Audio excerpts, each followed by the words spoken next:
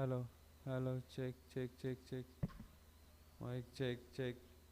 Hello, 1, 2, 3. Mic check. 1, 2, 3. Mic check. Hello, hello, hello. Check, check. Hello, hello. Okay.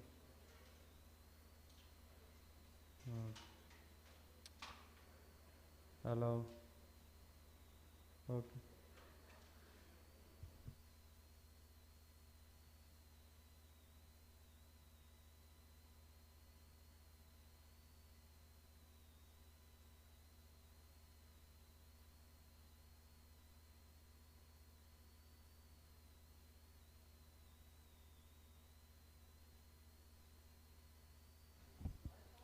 Hello, hello, hello, hello, hello, hello, hello, hello, hello. Check, check. 1, 2, 3.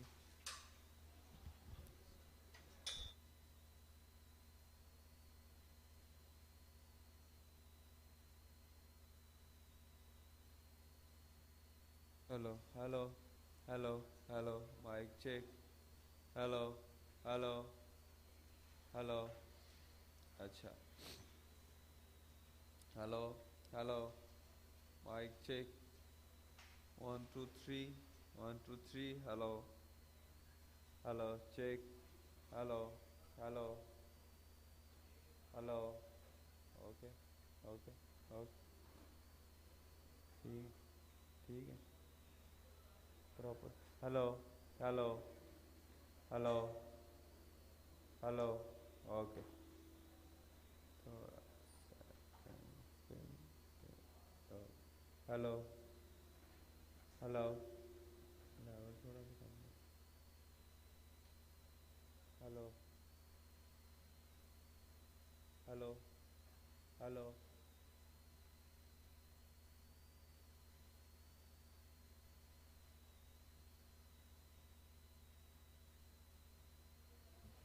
hello,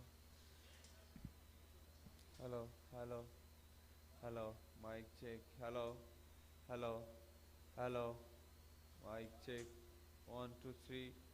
Hello, hello. Mic check. 1, 2, 3. Okay.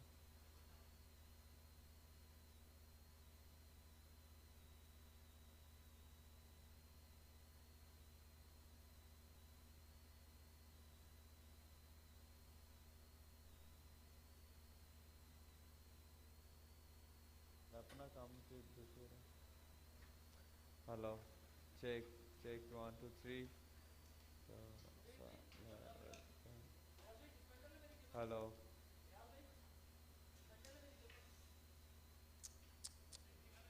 Hey. Hey. Hey. थोड़ा सा master का. Hello. Hey. थोड़ा सा. Hello. Check.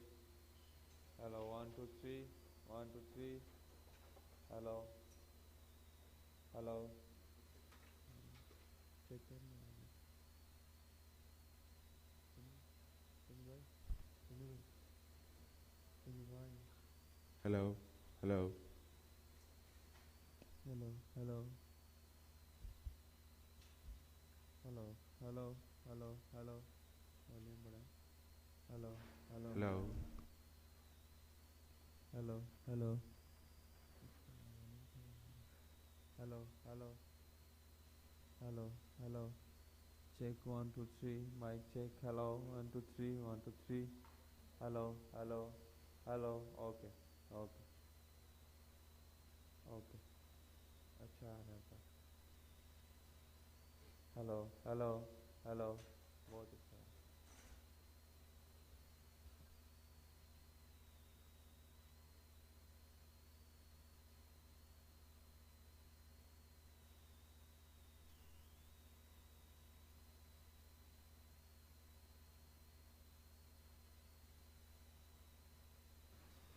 Hey. Hello. Mic check. Hey. Yes. 1, 2, 3. 1, 2, 3. 1, 2, 3. Mic check. Okay.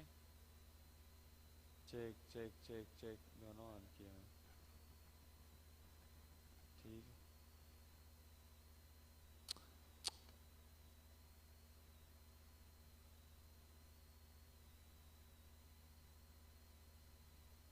hello, hello. Check, check, 1 2 3, 1 2 3. Hello, check, check. Yes, hey, 1 2 3. Hello, hello.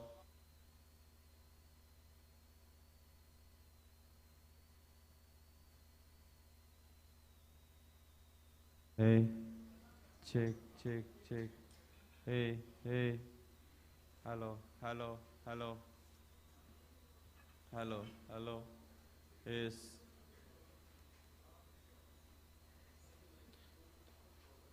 Hello. Yes. थोड़ा सा hello.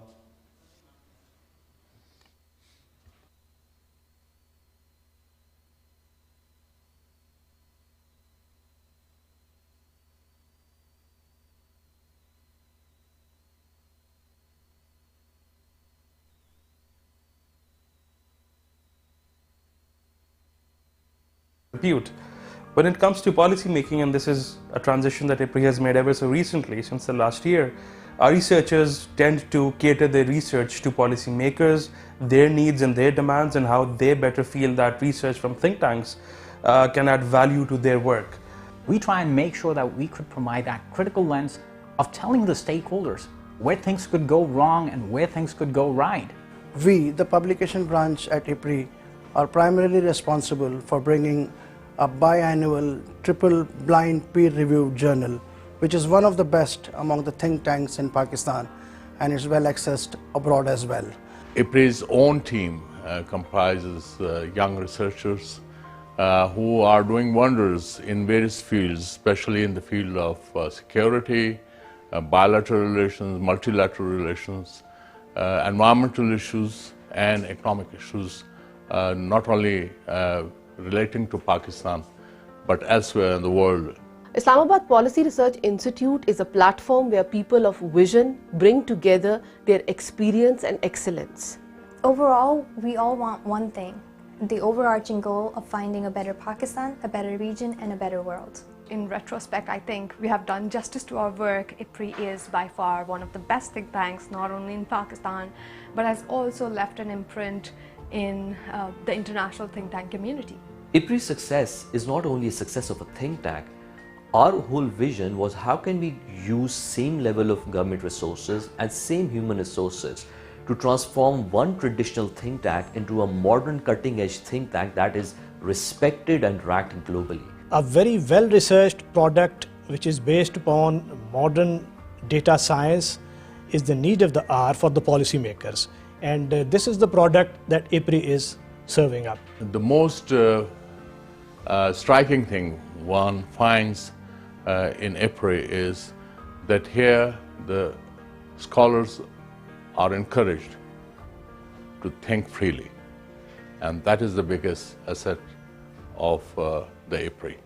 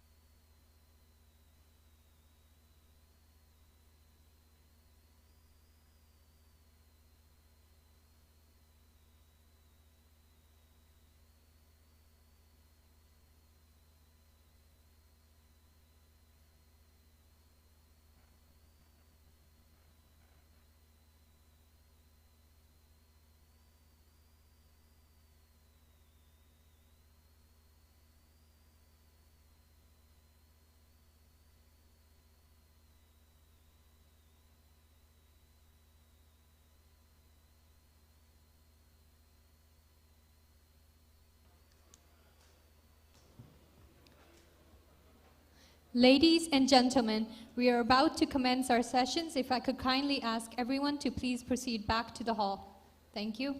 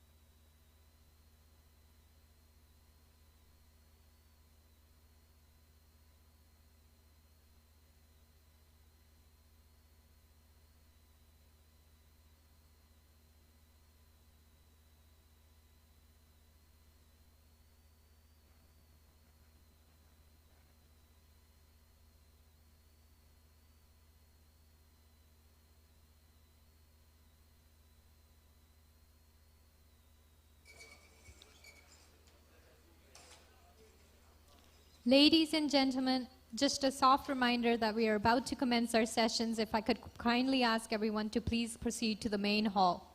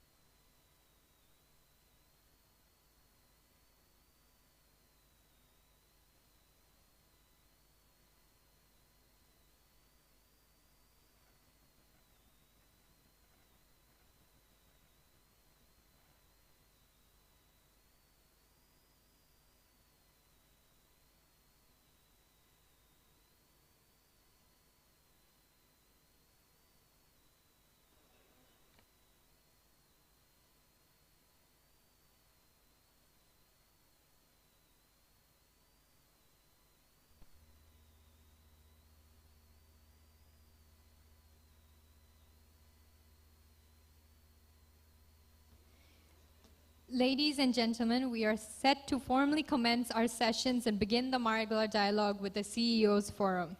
I'd like to humbly request all members of our audience to please remain seated, settle down, and ensure their mobile phones are switched to silent mode.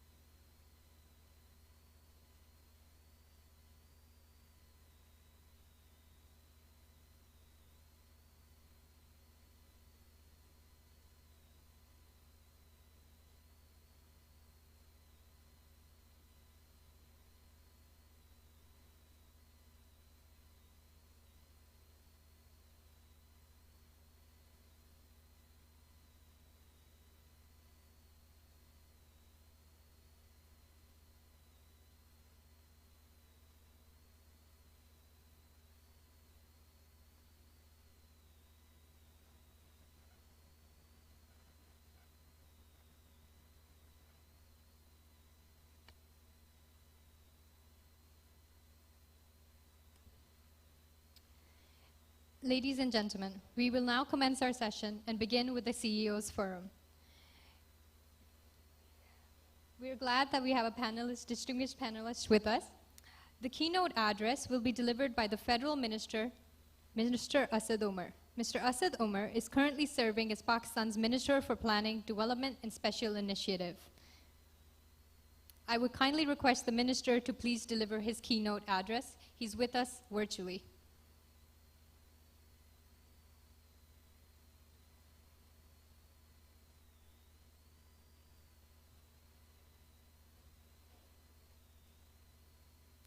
Number of people with significant experience and knowledge to join this conference and be able to contribute towards a dialogue which can hopefully result in improved decision making and a better understanding both amongst the policymakers as well as participants in the economy overall. The part that I've been asked to comment on, I'll tell you how I've structured my comments, and that is basically I will give you an outline of where the Planning Commission thinks Pakistan's economy needs to be taken and the path that it needs to follow. And I will emphasize specifically on the role of technology in achieving that growth path for Pakistan. So traditionally, the way planning has been done in Pakistan has involved doing 5-year plans. You set all kinds of quantitative targets. You assign priorities to what needs to be produced more, and then pretty much after that, that documents become more or less irrelevant to decision making in the country. And the reason for that is that this planning construct is from a period when the central government exercised tremendous direct control over economic decision making in the country. The provinces had much lesser power. Within the government system, power was much more concentrated in the federal government, and the private sector had a smaller role, and a role which was tightly regulated by the federal government. So even if you wanted to import anything and you just simply wanted to open a letter of credit, that required approvals from the Ministry of Industries before you could open a letter of credit. And just as an example, so you can see the degree of centralization in the economy. Over the last few decades, we have gone to an economy where the private sector plays a much greater role and a much freer role. They're much more independent in taking their decisions. And there is significant devolution that has taken place from the federal government to the provincial government with the 18th Amendment that was passed about a decade back. So things like industry and agriculture are all now devolved subjects, as well as significant social sector areas like health, education, etc.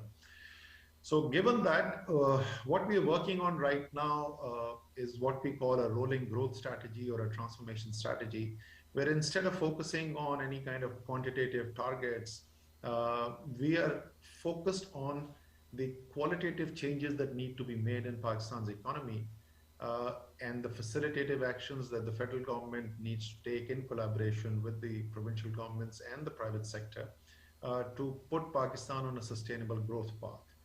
And all the more important because those who are familiar with Pakistan's economy know that we have been going through this repeated cycle of macroeconomic imbalances. The moment Pakistan's growth picks up, because the productive capacity of the economy is weak, the moment demand increases, the consumption is fed through imported products and services.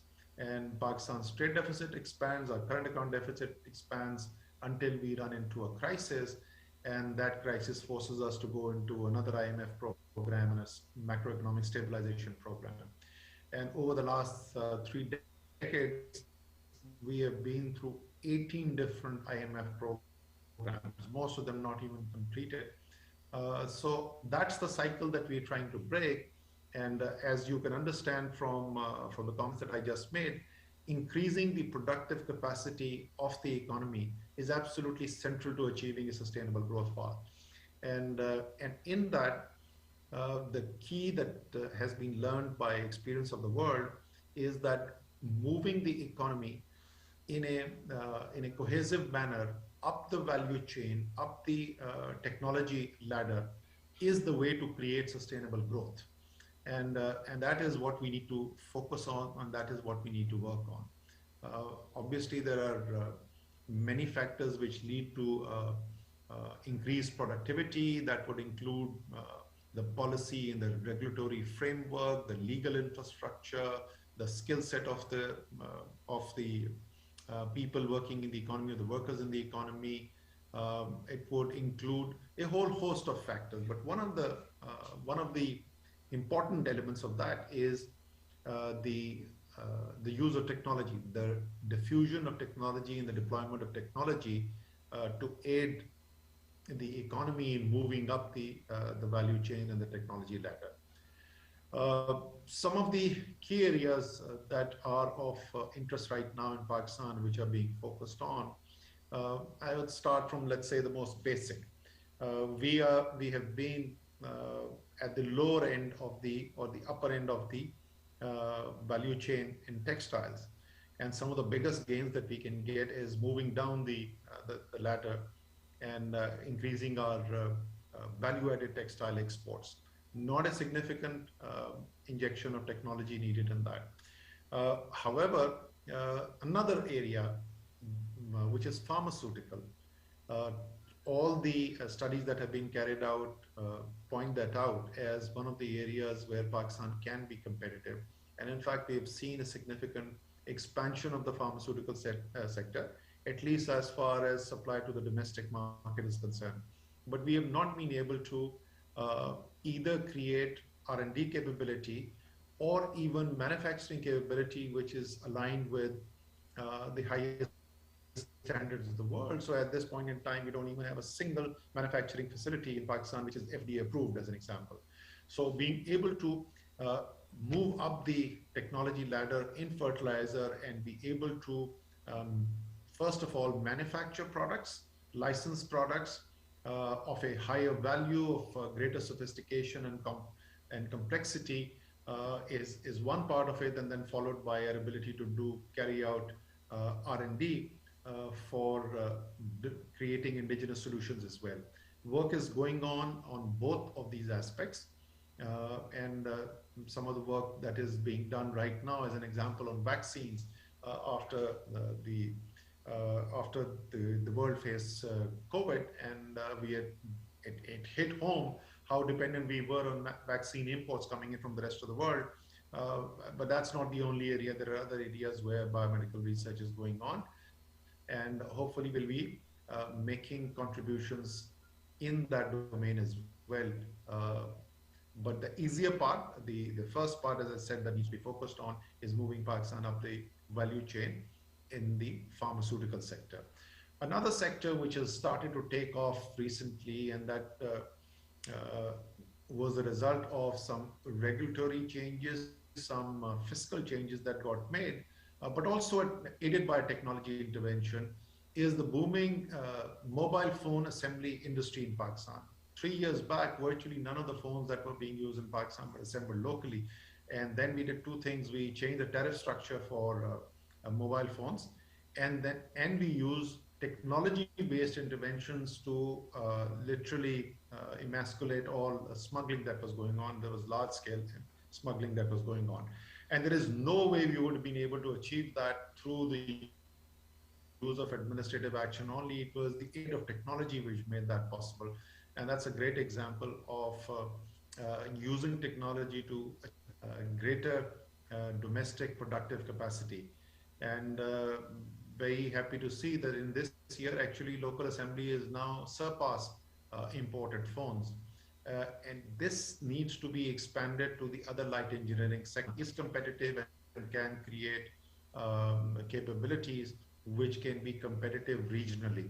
Our auto industry, our motorbike industry, motorcycle industry, tractors have been one product which have been exported.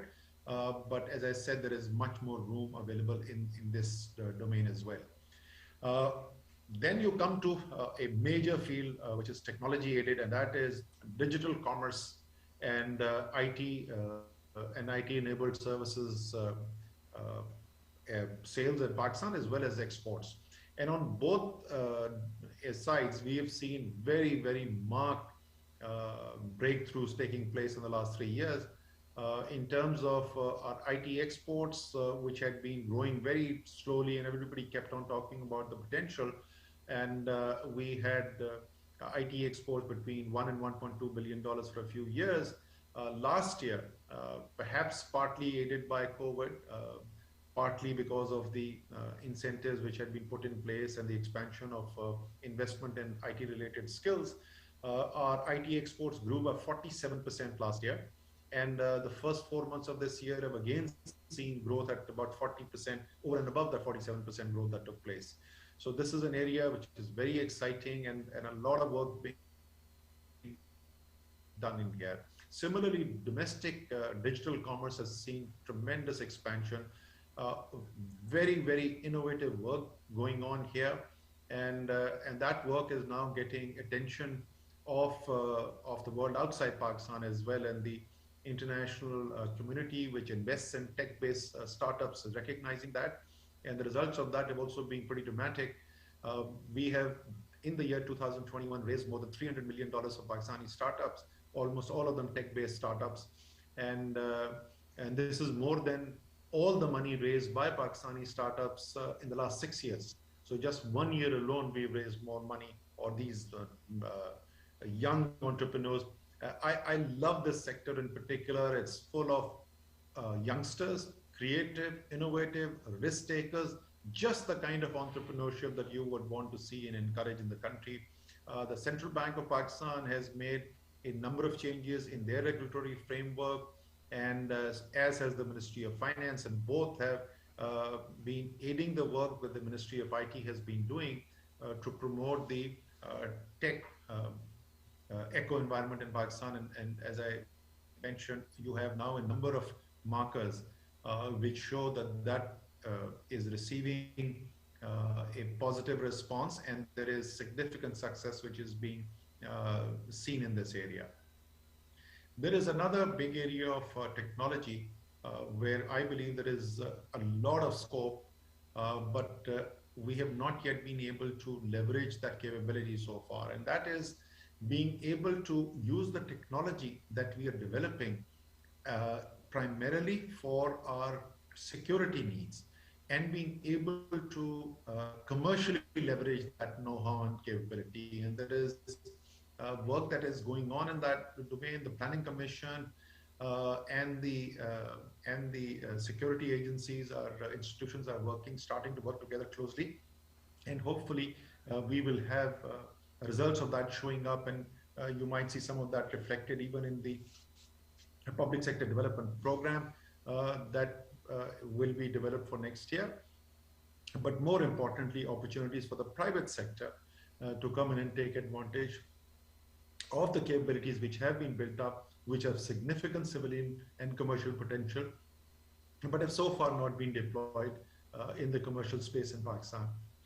So a number of these different areas, I gave you examples of a few which are being worked on, but by and large, you're seeing an orientation towards technology, which is far greater than what we have seen traditionally. And as a result, we are starting to see the beginning of an economic paradigm shift where Pakistan moves quickly up and the technological ladder, and as a result creates tremendous opportunities for the private sector to come in also and take advantage of this shift that is taking place, and in fact lead this shift. I have unfortunately a commitment after this. The session started a little bit late, so with these brief remarks, I would want to compliment the organizers once again, and I hope that the result of these sessions is a set of ideas and recommendations that come up, which can be of use for policymakers like me, as well as the private sector players who are involved. So thank you very much for inviting me, and I hope you have a productive rest of the day for the discussions.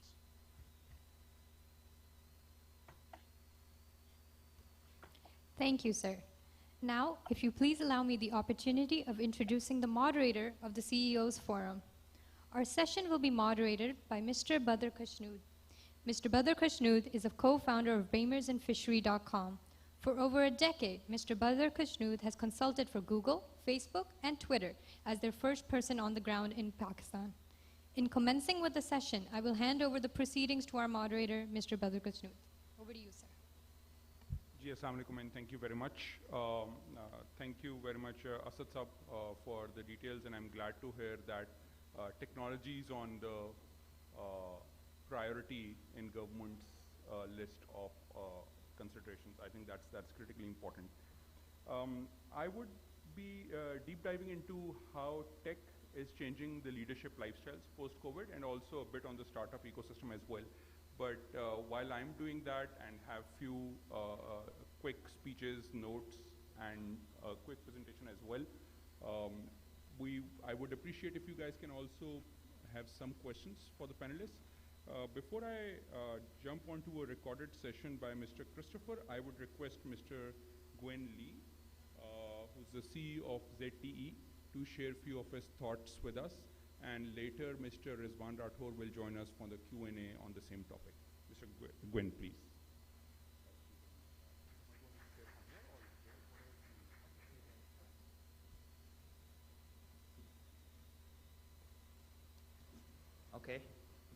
Okay, good afternoon, ladies and gentlemen. And it is my great honor and pleasure to join this event, because I thought I was the third speaker, but it's my great honor to be the first speaker here. Okay, first of all, I would like to extend my gratitude to the organizer for building up this platform where government officials, society influencers, market leaders can collaborate with open dialogues that will produce valuable strategic material, research, and roadmaps. And I believe all of this will support building the national policies for the regional growth targets. I was thinking, this time it is very encouraging that the topic related with technology, connectivity, and innovation. So globally, advanced connectivity solutions and application are linked with telecommunication industry. So before providing some details, I would like to explain some background to understand the lead of new technologies. Smooth data connectivity has always been a challenge for the operators since from the very old times of fixed network or afterward with 2G, 3G, 4G technologies because of the growing data demands and the incremental capacity requirement. It is expected that next year, the mobile data growth will increase to 46% globally. So you can imagine that a timely system upgrade and the technology innovation will play a key role to satisfy this requirement. And thanks to the new technologies like 5G, which has brought a revolution to the telecom industry, providing larger capacities, higher data throughput up to 1 to 2 Gbps or even higher. So it has given a new concept also that we can build an automatic robotic system. Smart homes, logistics and shipping, smart cities, industry IoT, smart farming, fleet management, healthcare, autonomous driving, traveling, gaming, sports with AR, VR handsets, face-to-face communication with holographic technology, and many, many digital applications. So let me give you a particular example of ZTE, so that you can see how this technology innovation is changing the standard of our traditional work styles. So ZTE is the Nanjing Binjiang intelligent manufacturing base, which is automated producing 5G base stations every minute and are shipped all over the world. So it is also an excellent example of our practice in intelligent manufacturing powered by 5G. We deployed 10 typical 5G applications, including cloud-based AGV, 8K machine, vision, and cloud-based PLC, smart storage, industrial wearables, and on-site inspection. So you can see quite encouraging figures here. The manpower was reduced by 40%, and the defect rate went down by 20%, and the production cycle was declined by 30%, while the production efficiency was increased by 40%. So this is the future that 5G promises. So let me summarize the global practice, then we can discuss Pakistan potentials. So ZTE, together with over 90 operators and 500 partners in globe, have been exploring 5G innovations, applications, and massive use cases in more than 15 industry sectors were deployed with positive outcomes. Particularly in Thailand's factories, Belgium's ports, Australia's farms, and manufacturing, transportation, power grid, and environmental protection in China. So let's discuss Pakistan potentials in details. Here we have telecom density nearly 85% plus, and 88% population has access to internet. We have seen in COVID lockdown situations how the technology connectivity played its role.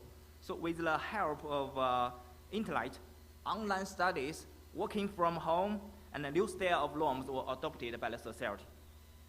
Pakistan e-commerce with industry with a rapid growth rate, Prime Minister's vision of digital Pakistan, these are all aligned with the latest global technology trend.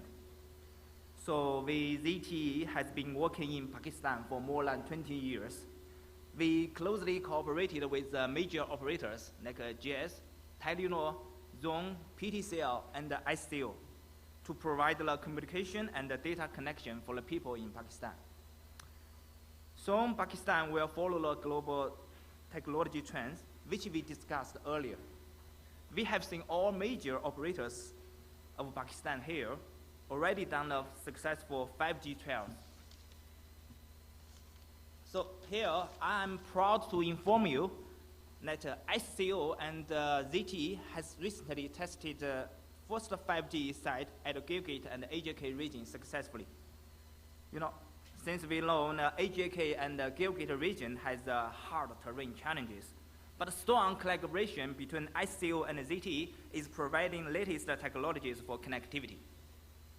So it clearly shows that Pakistan has teams and setup readily available, which can make the technology platform ready as per connectivity, data demands, and national policies. But there's one challenge which I believe should be considered at this forum. Pakistan backbone network is not fully on fiber network, which is important for the 5G or high data connectivity requirement. as a national strategy, we should priority the fiber network deployment, like CPEC China OFC Phase 2 project, to deal with future technologies and business models. So for CPEC China OFC Phase 2 project, ZTE Pakistan is ready to bring soft loan from China for the completion of this project. We are looking forward for any support assistance required to make it happen. ZTE Pakistan is already engaged with multiple government projects, like for PTV digitization project, wherein 4.2 billion PKR grant has been brought from China to fund this pilot project. And more grant is also under discussion for a complete network. At the last, I want to say, Pakistan-China friendship is higher than the mountains, stronger than the steel, and ZTE Pakistan will grow together with Pakistan technology and innovation growth. We are thankful again to this forum that has given us opportunity to express our gratitude. Let's work together to embrace a win-win future. Pakistan, China, Zindabad.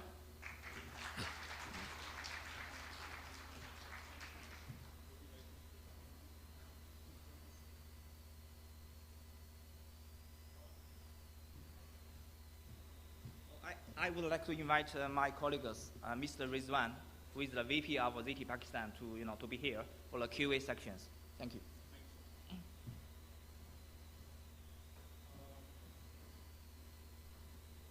So, since I wear a few different hats, I thought I'll share a few data and then I'd request to play a recorded message from Mr. Christopher Schroeder after this comment.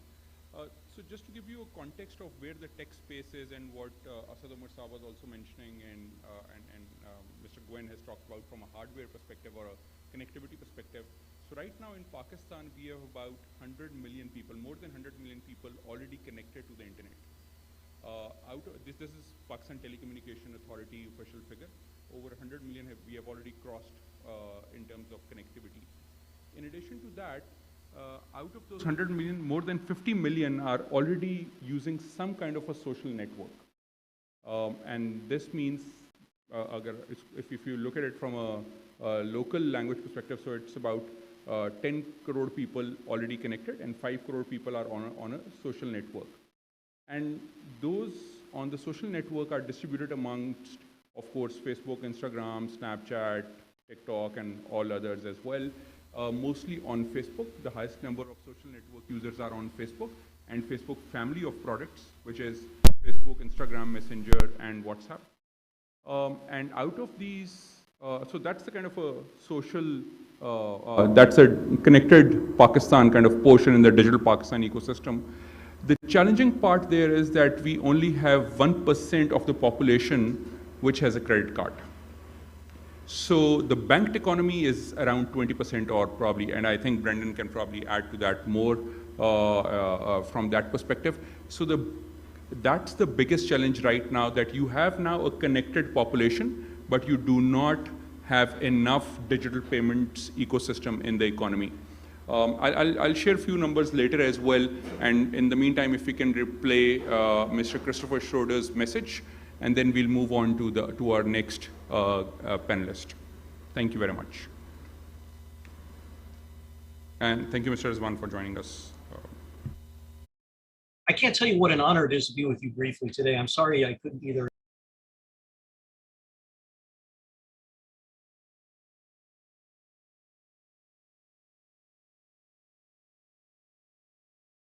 I can't tell you what an honor it is to be with you briefly today. I'm sorry I couldn't be there in person, but I'm committed to come to see many of you in the new year as we navigate our extraordinary times.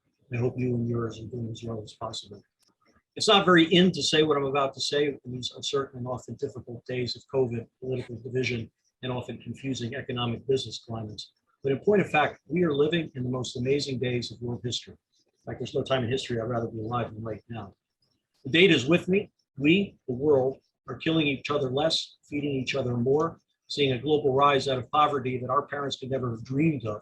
And it's all happening unlike any time in history. At the same time, of course, data masks terrible pain. And there is significant structural problems that previously we've had a hard time to solve.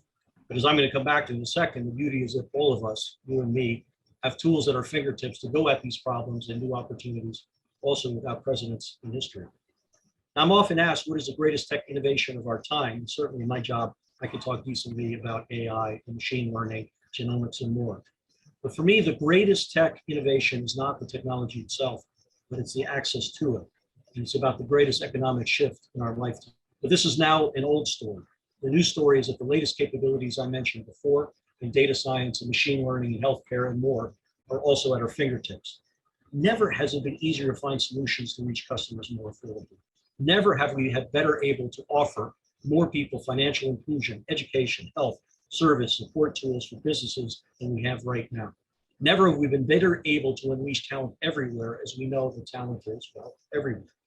Never has it been more affordable to stand up an enterprise, build solutions for one's country or region on the terms of that country and the region.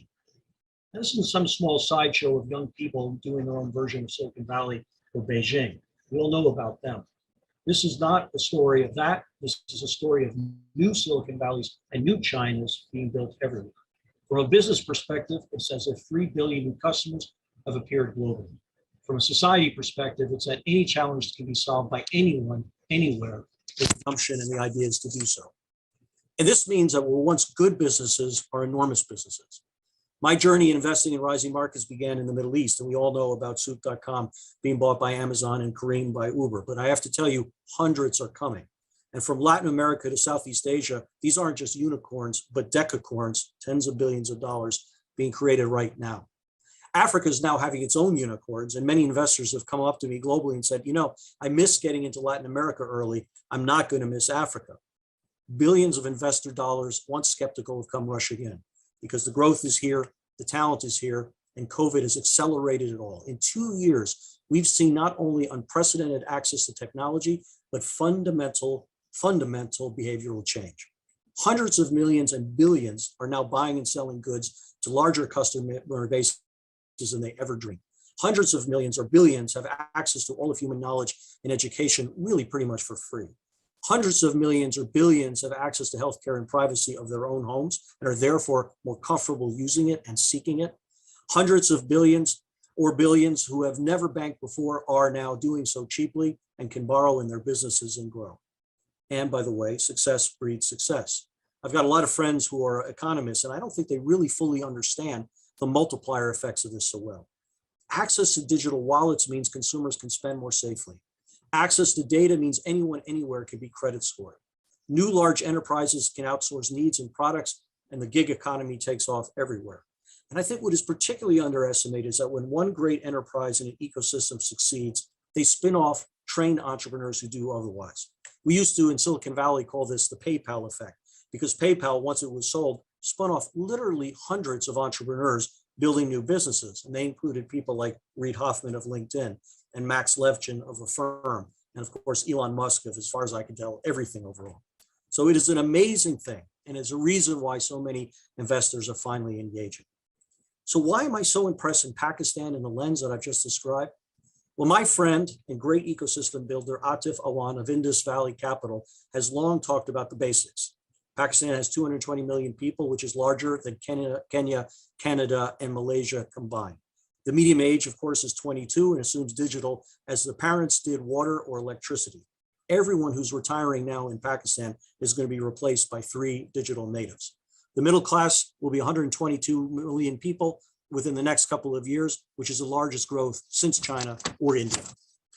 Rapidly rising consumer spending, even with COVID, we expect $360 billion in consumer spending in the next couple of years. These are multiple multi-billion-dollar opportunities.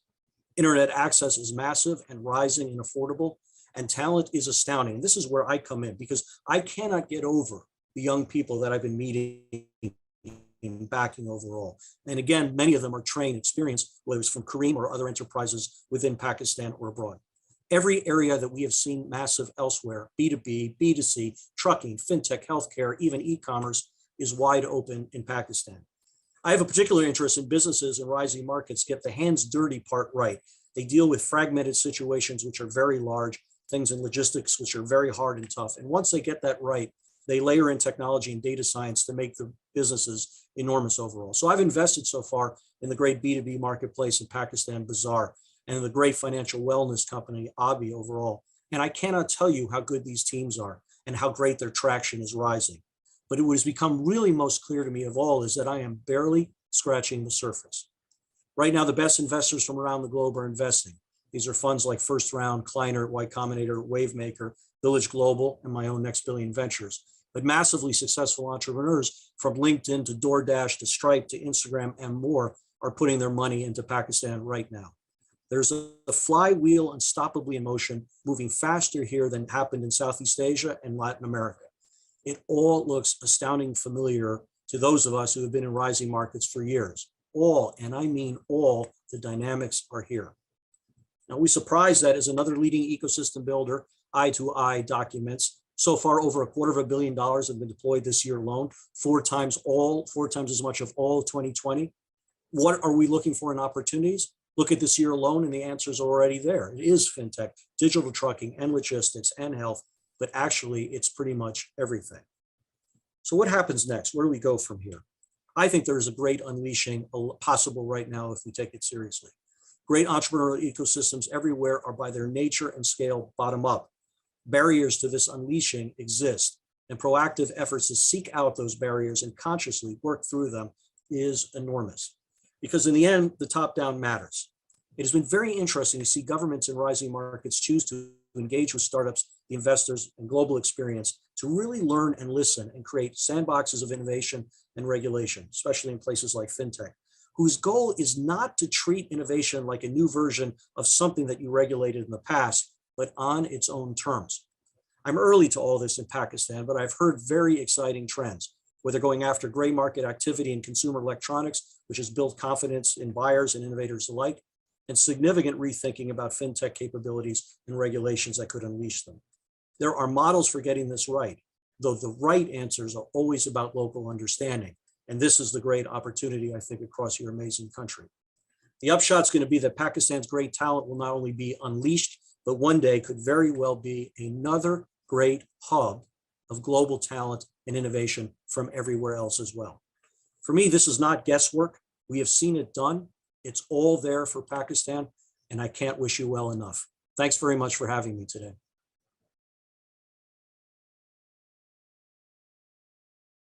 Exploring and investing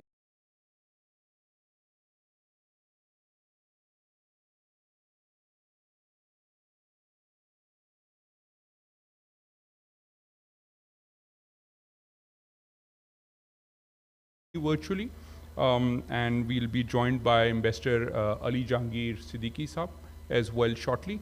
In the meantime, if I may request Brendan, who has also been exploring Pakistan, to share a bit of his story with us so that we can then start the conversation in a Q&A format as well. Thank you so much, Brendan. Yes, please.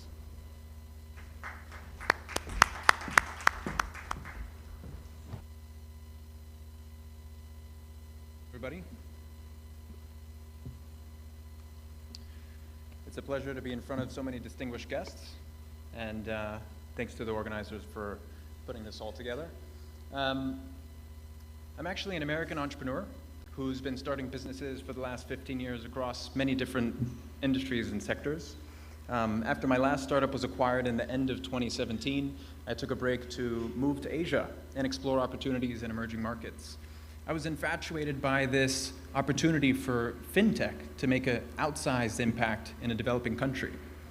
Now, I'm building a fintech here in Pakistan, and our aim is to distill the complexities of banking into something that's so simple that anybody with a smartphone can use it. So I'd like to start with a potentially scary topic. I don't have a clicker, so I'll announce the slides.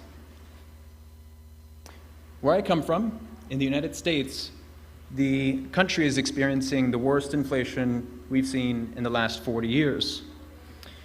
And seeing as the US dollar is the reserve currency of the world, does that potentially spell trouble for emerging markets like Pakistan?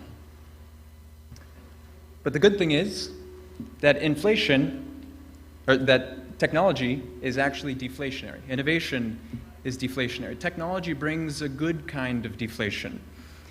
It reduces production costs and lowers prices.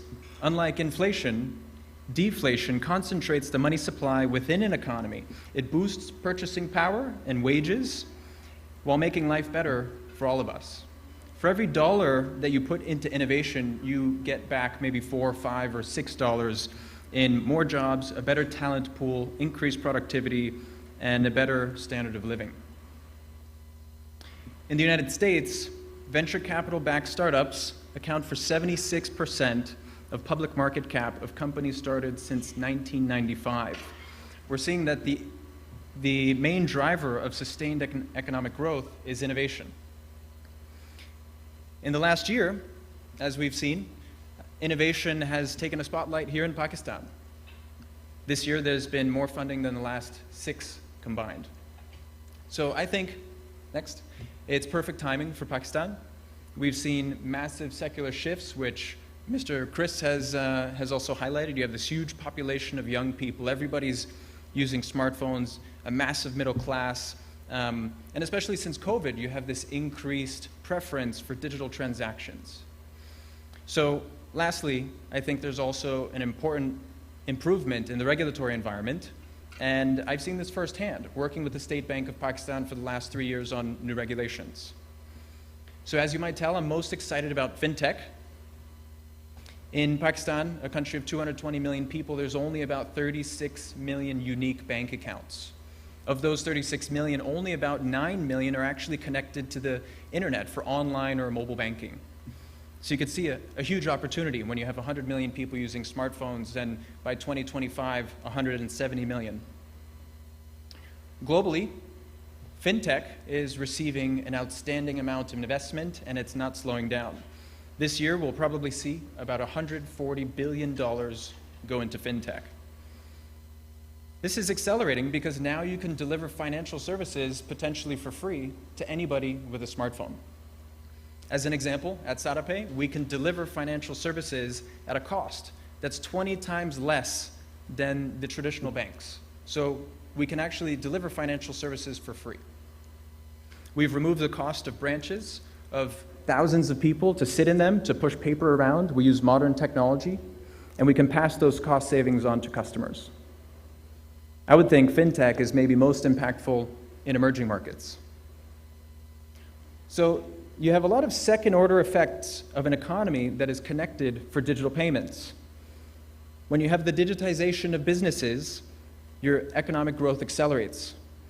Then you have the documentation of transactions, and access to credit increases productivity and output. Then you have increased discretionary income, and lastly, your exports grow, because now your internet-connected economy is globalizing. So to me, I actually find freelancers to be most interesting. I think freelancers become entrepreneurs, entrepreneurs create jobs. You have millions of people in Pakistan who are graduating with skills that are exportable. You don't necessarily just have to be a programmer or a graphics designer to work as a freelancer.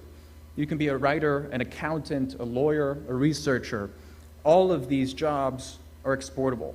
You have people who are locally struggling to go around and find a job that pays in rupees. But actually, I can go on the internet now, and I can work for a company that pays in dollars, and euros, or pounds. I also think it's an equalizer for the empowerment of women. So these freelancers, I think, they end up doing well. They get too much business, and then they hire their friends and start a small firm.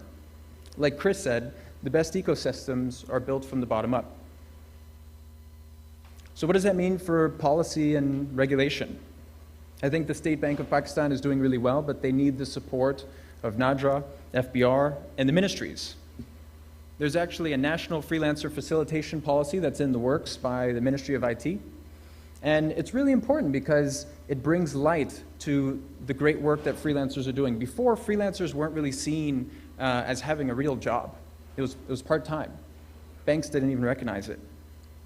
So this policy actually brings a number of benefits to freelancers, but my favorite is the extension of their tax holiday for freelancing in the IT outsourcing sector. They want to bring it out to 2030. I think there's an important learning from a company called Braintree.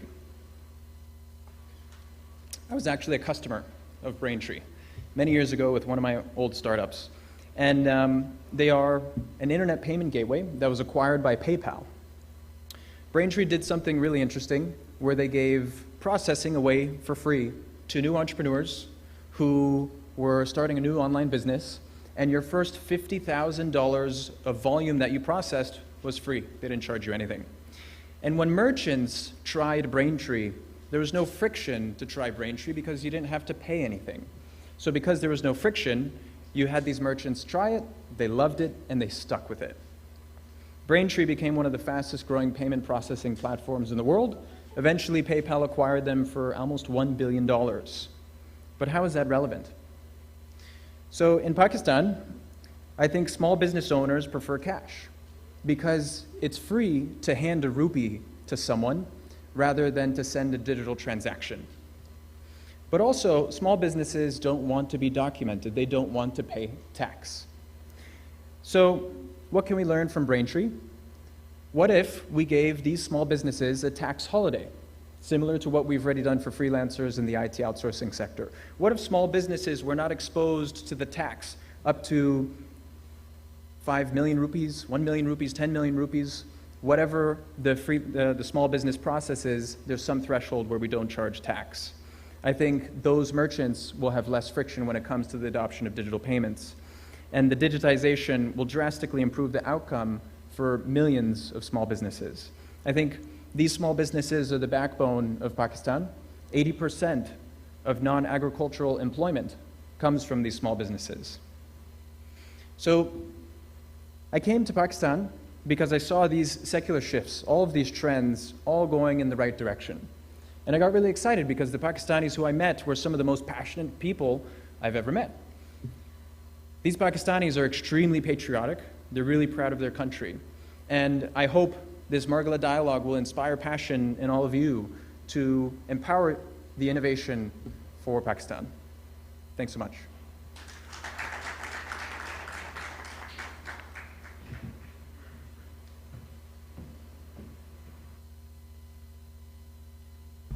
So just wanted to announce that we were supposed to have Miss Main Rahman join us as well, but she's not feeling well, so she couldn't join us.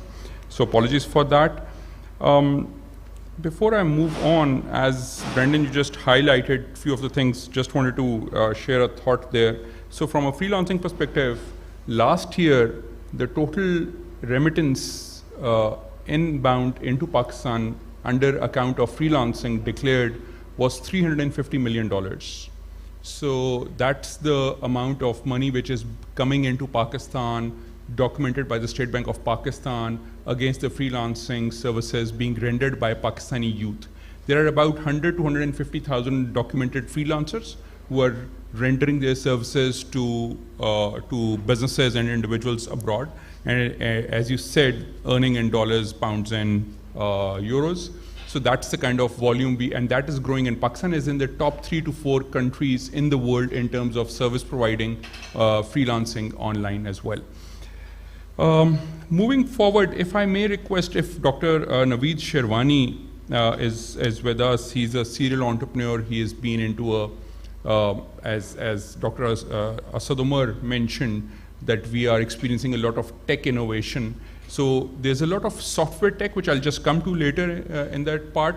But as ZT was more into the broadband and the penetration part, Dr. Naveed Sherwani has been specializing and focusing into the chip manufacturing part. And I'm sure some of you have experienced that there's a chip shortage right now globally happening. And probably Dr. Naveed is at the heart of that matter. He's based out of Silicon Valley, has already co-founded several companies. Also recently co-founded a chip manufacturing design part in Pakistan as well. They have set up a company in Lahore. They are training staff in Lahore engineering universities and then leveraging them for designing of chips. But I'll let him take over and share a few of his thoughts with us if he's already online with us.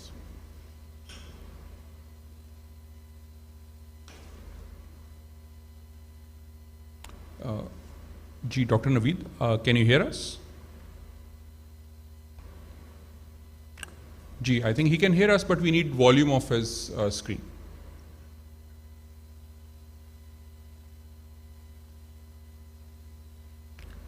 Dr. Sab, sorry, just a second. I think we're just fixing up the volume.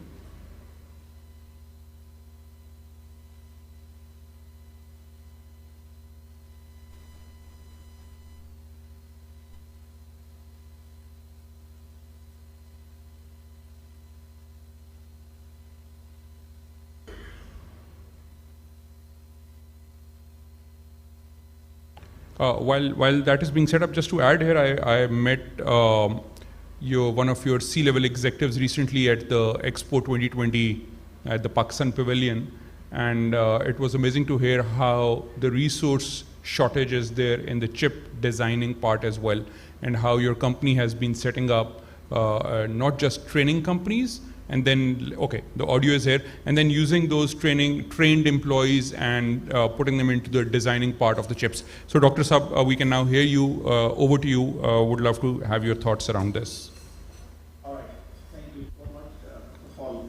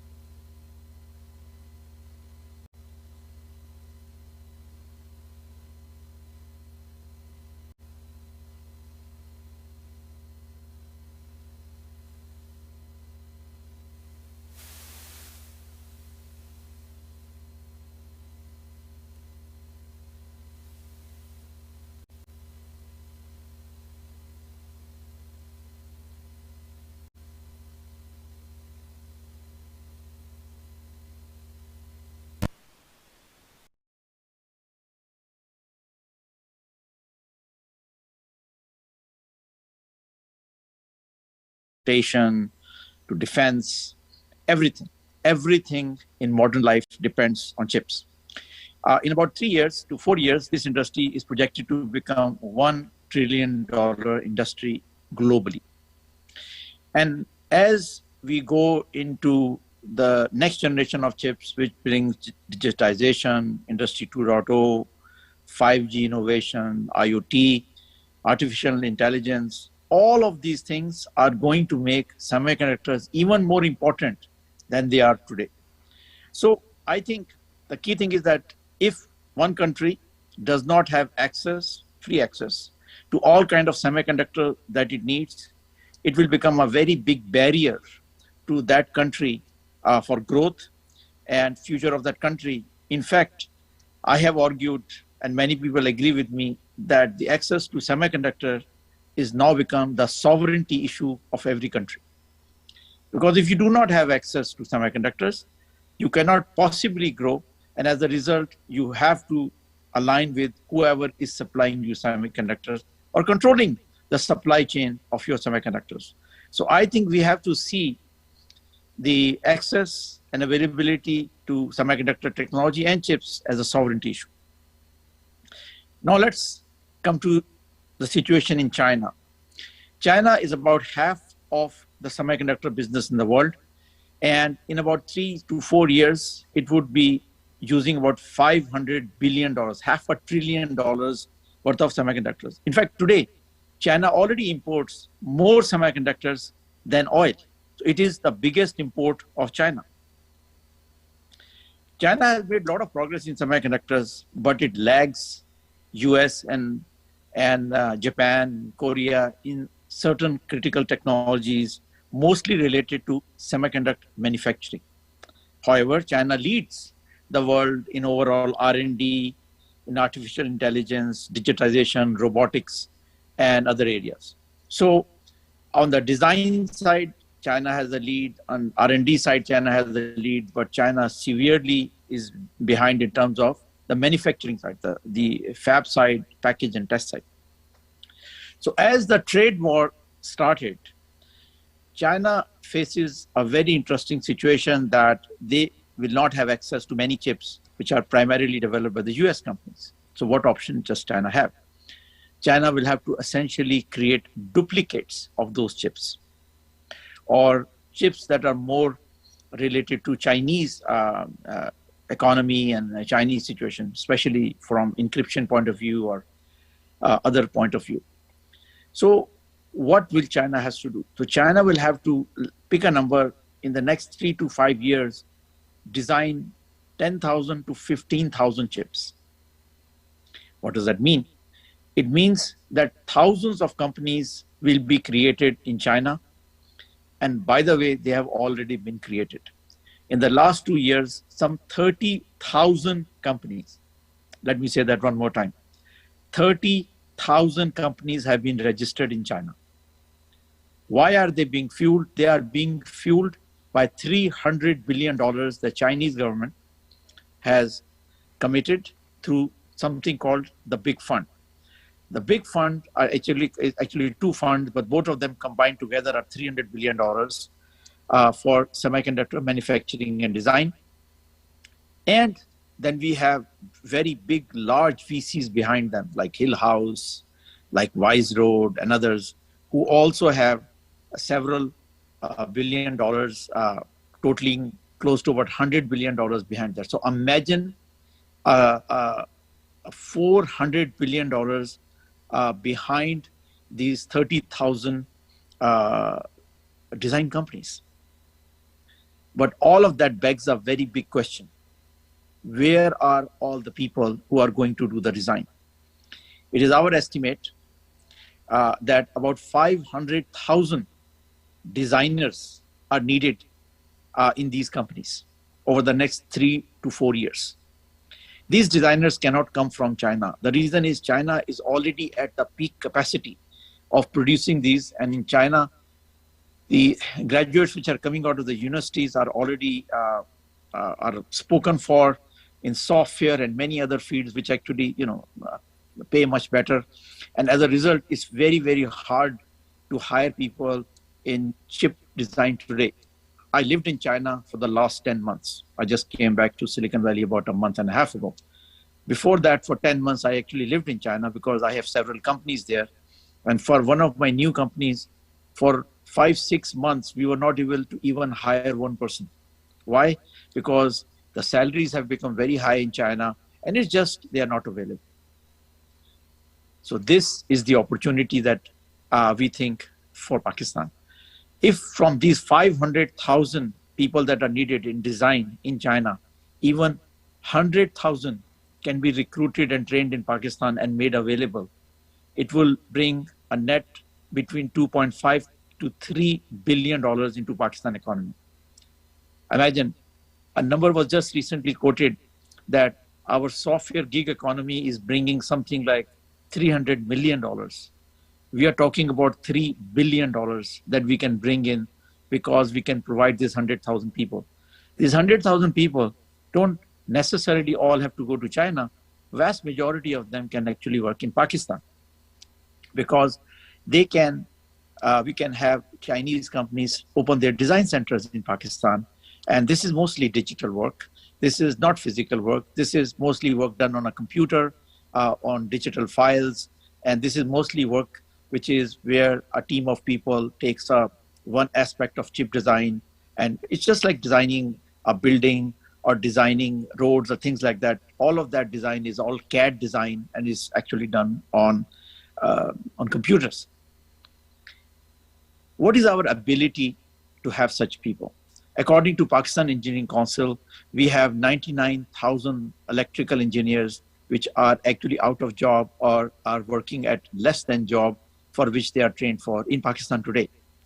We are producing many more engineers every year, which are computer science, computer engineering, mechatronics, or electrical engineers, which are adding to this list. So we have a huge resource pool from which we can get this 100,000 or 200,000 people. So we have done some analysis of that, and we looked at about 3,000 engineers 2 years ago, took on training of about 400 of them. We have completed those training, and they're now, alhamdulillah, working in 5 different companies which are sprung off in and around Lahore. And these companies is actually proving the point that with a very small effort, we were able to train these people, and hence with a much larger effort, we can train a much larger pool of engineers. The benefit to Chinese companies would be obvious. In China, the cost of engineer is in the range of about $70,000 a year. In Pakistan, it is less than 20,000 a year. Secondly, the pool of engineers is much larger here than in China. And lastly, I think Pakistan is only 3 hours of time difference away from China, so it's not a major issue. And many universities in Pakistan are already teaching Mandarin. So I think there is huge benefit for Pakistan, and I think it's a huge benefit for both China and Pakistan, because our friendship is legendary. This will go a long way in supporting and helping build that friendship that we have between China and Pakistan. And most importantly, I think for Pakistan, there is a major advantage is that it will help develop our chip industry. We need chip industry not just to support our economy, our banking, our education, and support all those things. We also need it for defense and many other critical and crucial needs, which I think a very good start would be if we have many such people getting trained in chip design, and eventually they will start their own companies and go on and build all kinds of devices for Pakistan.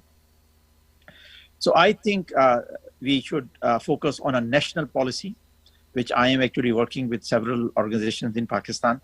And this should be a national policy for semiconductor development in Pakistan, starting with human resource development, then small scale manufacturing, and going on eventually in 5 to 10 years to large scale manufacturing. But it can be a several billion-dollar opportunity for Pakistan. It is an opportunity which is here and now, and I think it would be a great loss if we miss this train and this opportunity to get on to the technology which fuels every other technology, the semiconductor technology. Thank you very much. Thank you very much, Dr. Saab. I think this was very insightful. Very great, good to hear the details that in addition to software. So just to give you context here, Dr. Saab, as I mentioned, that the freelancing is about $350 million last year input in Pakistan. Software exports, as Asad Umar Saab also highlighted, is about $2.1 billion of export. So that is the amount of exports going out in terms of software services from Pakistan. We believe there are about 5,000 to 6,000 companies of different scales working in that category. Overall, there are about 12,000 companies registered with SECP, Securities and Exchange Commission of Pakistan, within the IT and IT-enabled services category. There is an equal or similar, I would say, amount of domestic technology ecosystem already in place, which is now evolving into a digital transformation of non-tech sectors. So about $2.1 billion of exports and about $2 billion of domestic tech ecosystem is already there. And just to add here, PASHA, which is Pakistan Software Houses Association, and I'm leading it this year as the chairman, we and Google together did a research recently and launched the survey. It was done with an economic research house in Singapore. We believe that by 2030, if Pakistan deploys all these technologies, primarily 8 key technologies like IoT, big data, all of these technologies, AI, ML, machine learning, all of those things, in the non-tech sectors properly, by 2030, we'll have another $60 billion of a new digital economy created every year by 2030. $60 billion of a new digital economy in Pakistan if all hardware and software technologies are properly implemented, which are now already available otherwise in abundance. they need to be properly incentivized by the government and properly deployed by the private sector, and that will bring about another $60 billion of new economy. The most important sector which will have 30% increment in terms of value addition, there are only two sectors. That's every other sector is about 2 to 3% increment. The only two sectors which will have 30% increment are agriculture and food. So if we truly deploy agri-tech and food tech properly with IoT in terms of hardware and the semiconductor part which Dr. Sharwani was highlighting, and also the software part, and of course the whole value chain is digitized properly, we will have $60 billion of new economy. This is the Google's recent report which was published, and it is available online and is also on YouTube in case you guys want to discuss that or review that later. But Dr. Saab, this was, thank you very much for sharing this information with us. We have Ambassador Ali Jahangir Siddiqui Saab with us as well. And I think having his point of view or perspective, and he has been in different roles, diplomatic roles, representing Pakistan at different forums, and of course, as ambassador to the most important country, the United States. His company privately, JS Bank, has also, or the JS Group, has also been investing in Pakistan tech ecosystem. So I think his point of view from, again, Christopher highlighted his point of view as a foreign investor in tech space. Brendan highlighted his experience as a co-founder exploring this part of the world. Would love to hear Ali Jahangir Siddiqui Saab's point of view if he's online with us on how he sees the market, especially representing Pakistan there, and how the investment ecosystem is evolving. Dr. Saab, over to you. Sorry, Ali Jahangir Siddiqui Saab, over to you. Assalamu alaikum. Is my voice clear? Yes, we can hear you clearly. Thank you so much. Thank you very much. Bismillah ar-Rahman ar-Rahim. Ladies and gentlemen, assalamu alaikum. I'm honored to be back here presenting to you at the second Margalla Dialogue after the wonderful event last year. So thank you for inviting me. I'd like to offer a thesis on the opportunities for Pakistan to participate in and benefit from the rapidly accelerating super cycle that we're experiencing in technology around the world.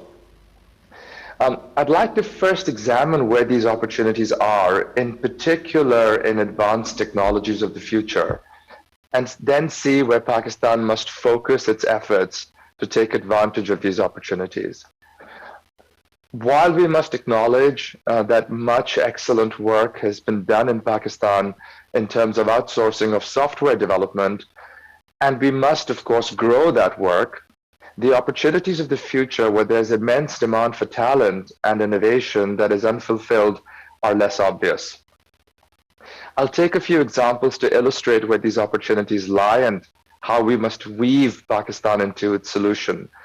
But I'd like to acknowledge first Dr. Naveed Sharwani, who's already covered the very important area of semiconductors and microchip design and the opportunities in that space. So let me follow on from there about other areas where the future of human life is being built. In the area of technology, of computer technology, these are blockchain, artificial intelligence, and data science. If we were to expand our horizons to other areas of technology, then we would focus on climate change as an area, and within it, technologies related to geothermal energy, hydrogen production, modular nuclear power, carbon capture, biological materials, etc. If we were to focus on the area of space technology, there are vast subsectors where there's a tremendous opportunity, although harder for a country like Pakistan to participate in. And of course, COVID-19 has focused the world on developments in life sciences. And I could go on listing out future technologies. My point, though, is that while we must congratulate and appreciate the $300 million of funding to companies that are largely engaged in e-commerce in Pakistan, the future lies beyond this. And while it may feel daunting to think about Pakistan being a major contributor to advanced technology sectors, I will argue that it is not as difficult as we think, and I'll use the example of blockchain to chart a possible pathway for us. The blockchain debate has been crowded out by the discussion over cryptocurrency, which in turn has been seen as a threat to the regulation of money by central banks. But blockchain is so much more than cryptocurrency, while cryptocurrency as a payments layer for blockchain is quite essential. To understand how important blockchain is for our future, please indulge me in a thought experiment. Imagine for a moment that there's a planet similar to Earth, but on this planet technology is 25 years behind Earth. Computers are connected, but there's no web browser and therefore no e-commerce. But blockchain technology happens to be available. An entrepreneur on this planet comes up with an idea to build a ride-hailing company, an Uber or a Careem. How does he do it? So let's disaggregate the functions of a ride-hailing business. It connects riders and drivers.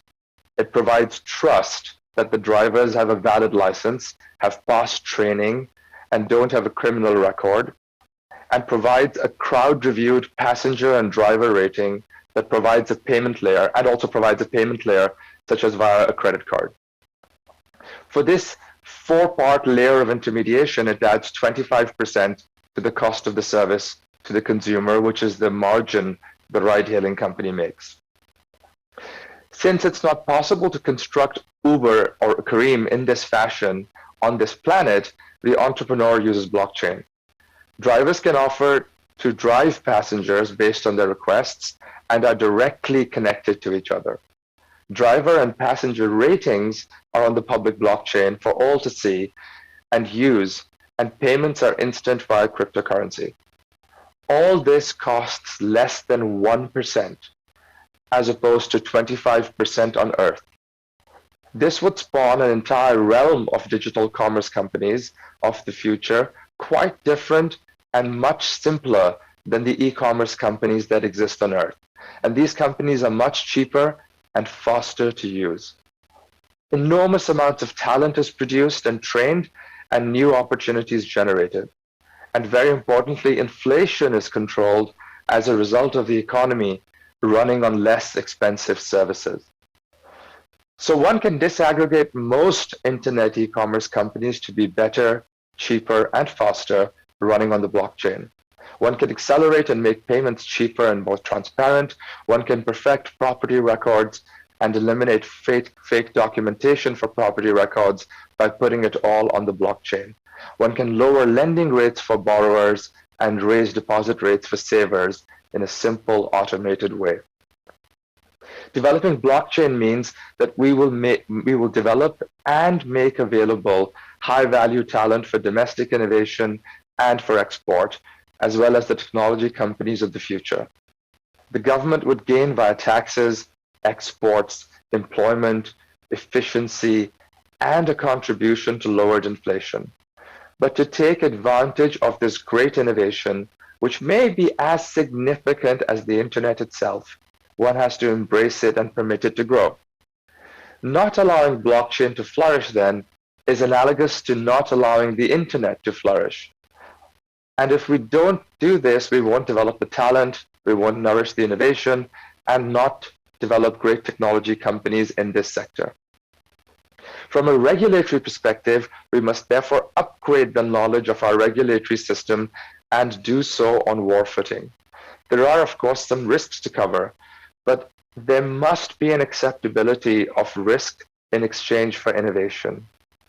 Blockchain companies should be given a clear framework on what is expected from and required of them from a compliance and AML KYC perspective. Different government regulators must not all try to capture space and instead coordinate to ensure that all companies in the sector have clarity on which regulators' domains they fall in. Most of all, I would say entrepreneurs in the sector must be actively encouraged to invest and grow. Unlike other areas of advanced technology, blockchain, AI, and data science don't require huge investments to train talent or develop great companies, just a computer and an internet connection. And therefore, never has it been so easy for us to innovate. Before concluding, I would be remiss if I did not speak of one additional sector of opportunity. Perhaps today the greatest shortage of talent and need for innovation is in the area of mankind's greatest challenge, which is climate change.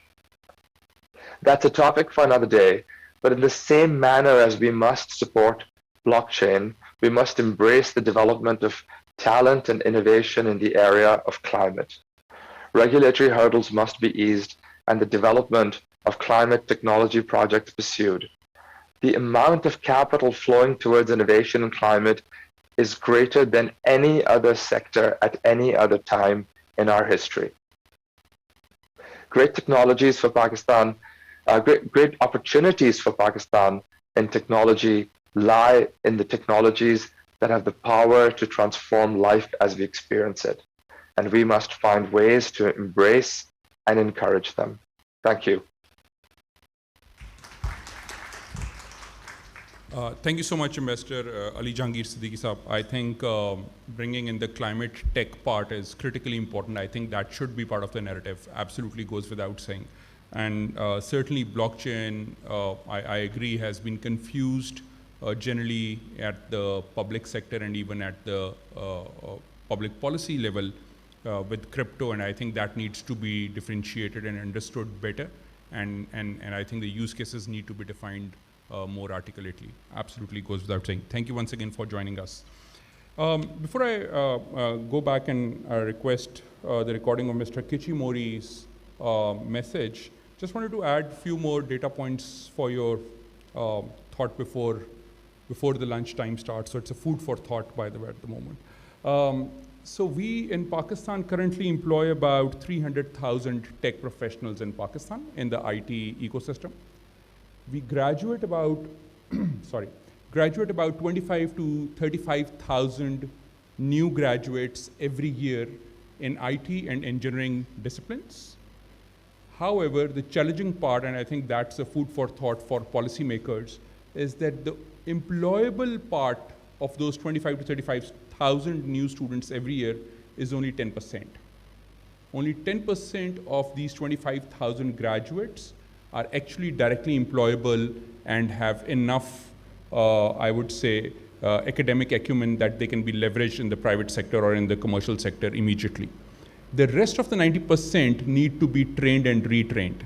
And their last mile has to be improved, both in soft skills and of course, otherwise in hardcore skills as well, depending on whatever they want to focus on. So that's one big gap, which is the talent gap we have right now.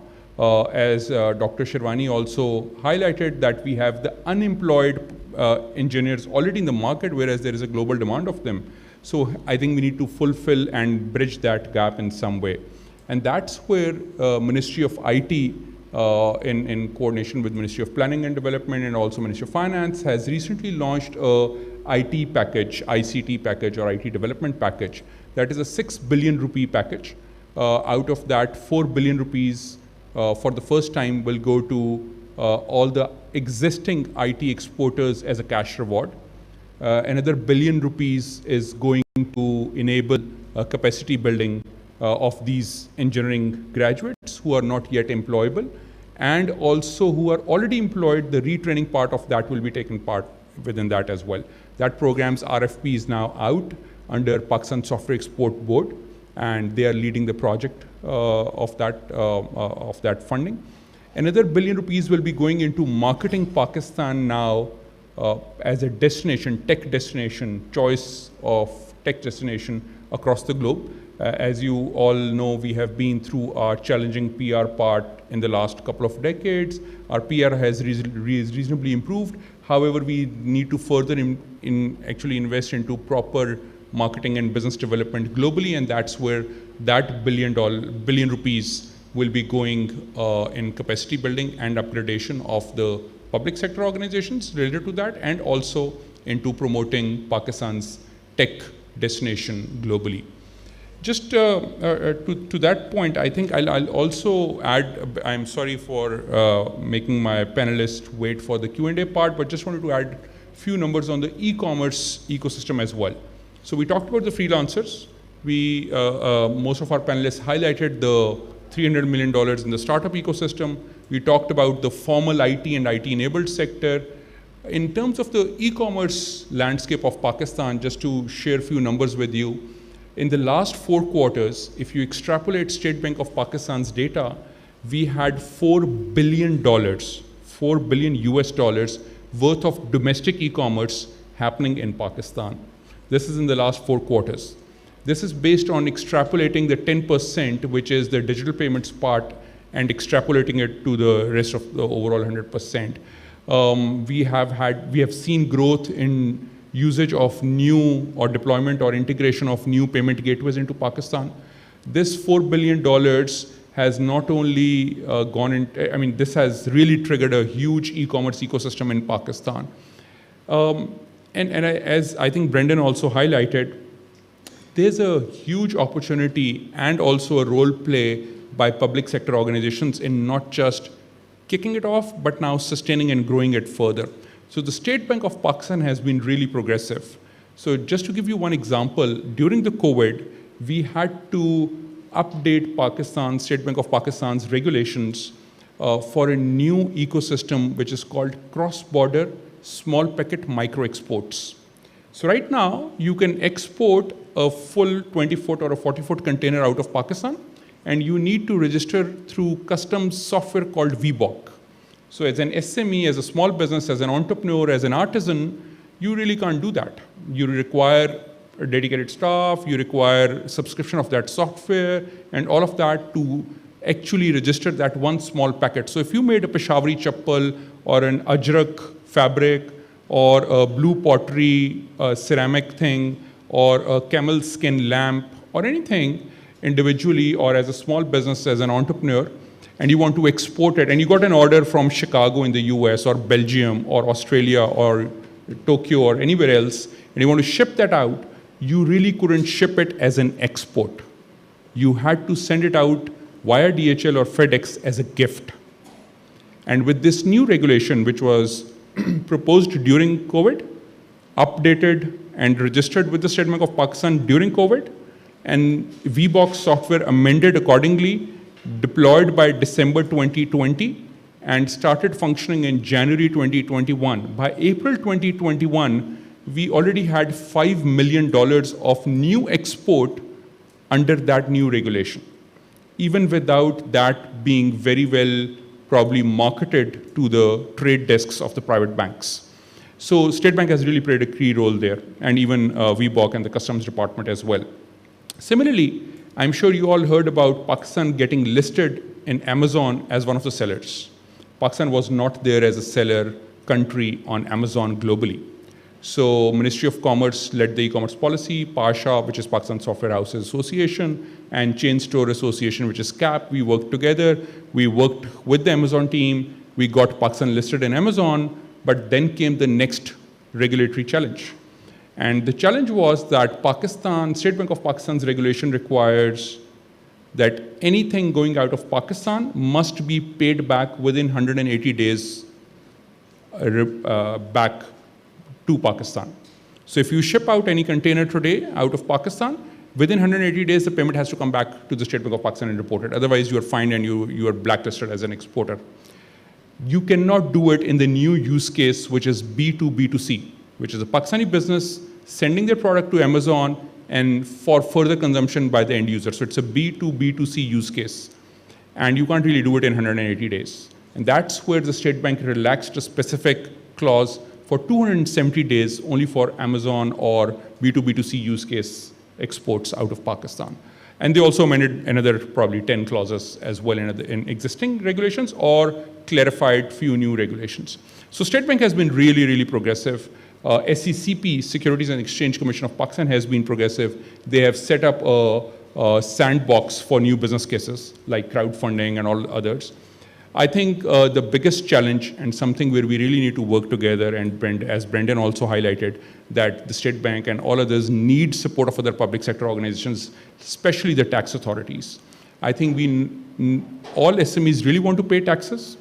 The challenge is that our taxation regulation and regime is extremely, I would say, very conservatively harassing.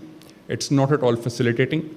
It is the ease of doing business part there is extremely complicated. and the compliance cost and the compliance procedures are not at all SME friendly. I think we need to simplify that, or not even startup friendly, let alone SME friendly. So if we want to attract and convert this $300 million of investment coming into Pakistan to probably $3 billion or another $30 billion, I think we'll certainly need to work heavily on simplifying and harmonizing our provincial and federal taxes and simplifying the process for both SMEs and startups. I think that's where the gap is. We'll come to these points. We'll have all the discussions. I know we have short time left. I'll request if we can play a recorded message by Mr. Kichimuro, who is the president for Focus Systems Japan, and we'll then straight jump into Q&A, so please get ready. If we can have Mr. Kichimuro's session.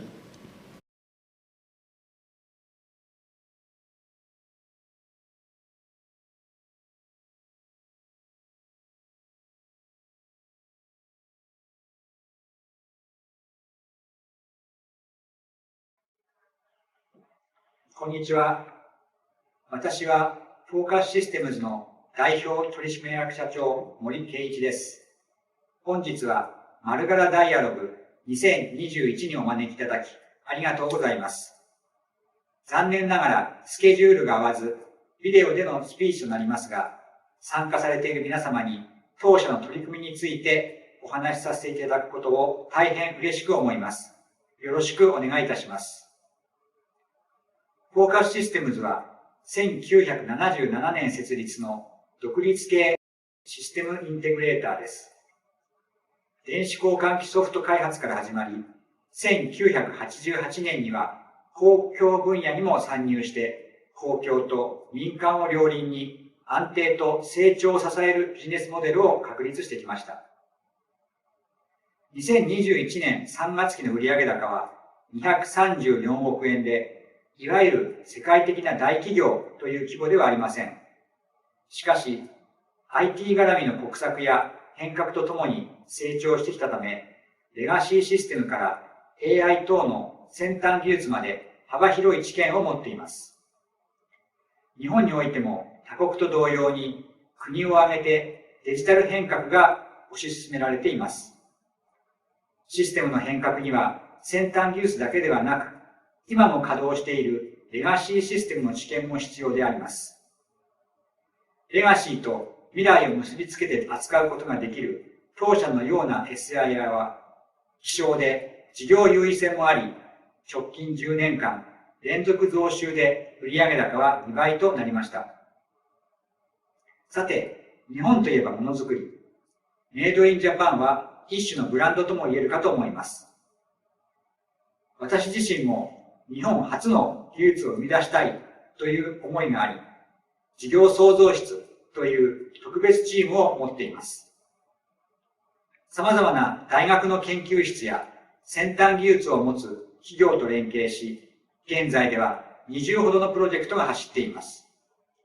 本日はその中から4つのプロジェクトをご紹介します。1つ目は農業分野です。日本では今、食料自給率の低下や農業の労働人口の減少、高齢化を背景にスマート農業が急成長しています。スマート農業分野にはスタートアップ企業も多く、スマート農業の市場規模はさらに大きくなっていくと思われます。そのような中、当社は果樹農業に AI を活用する取り組みを進めています。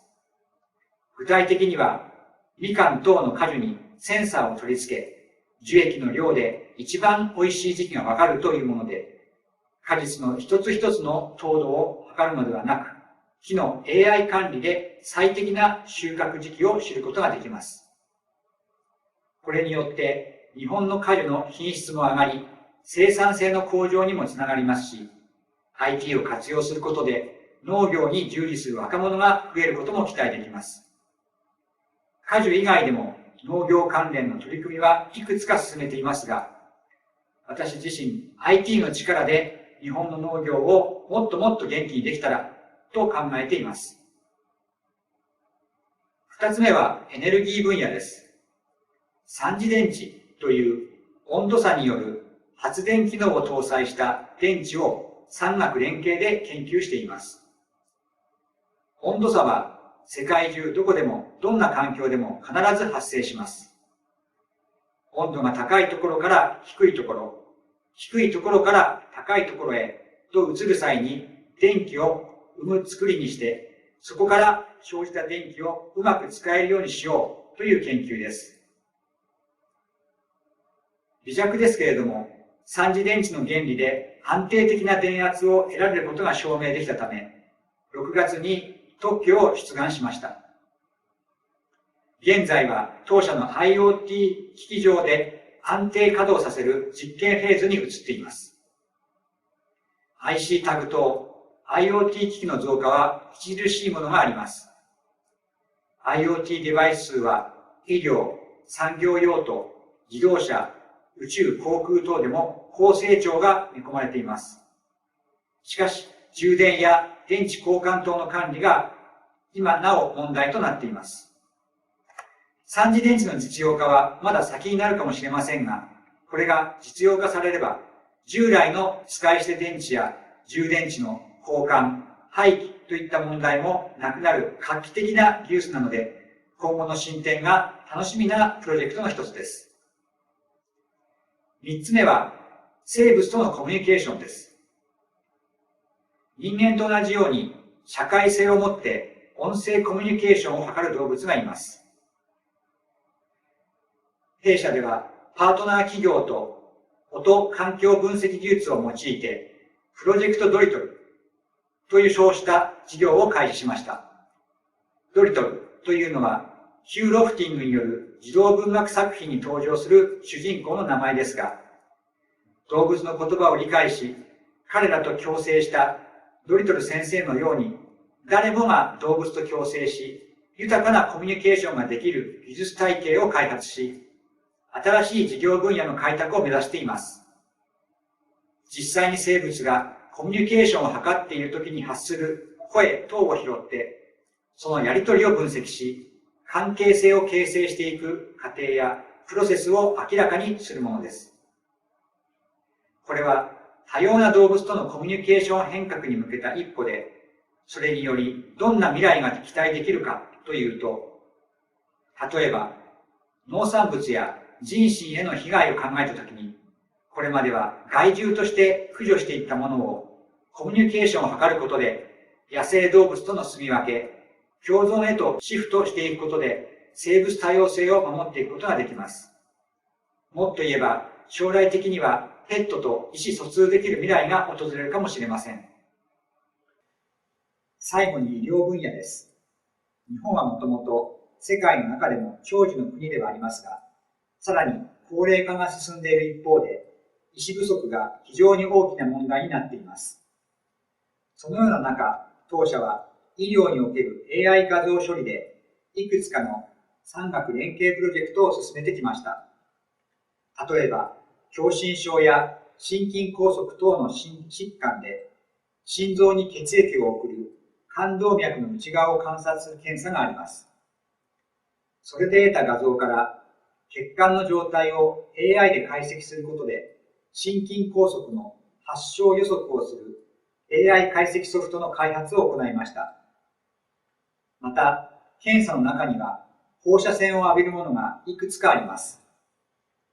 脳科学医学分野でも短時間で撮影した検査画像をもとに AI による長時間撮影した画像と同等の仮想画像を生成する研究も行っています。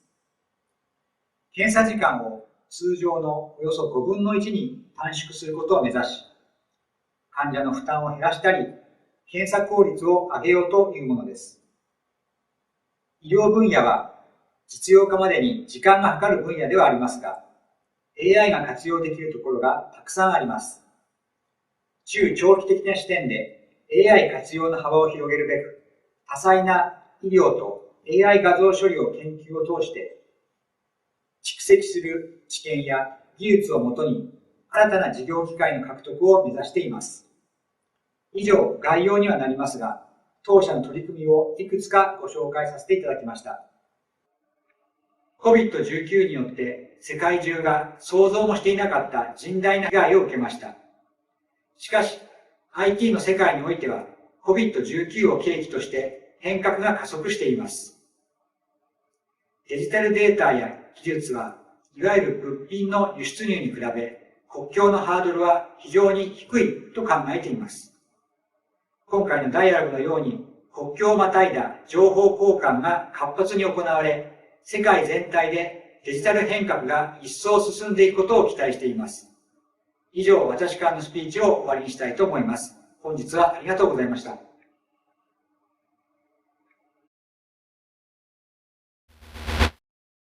Thank you.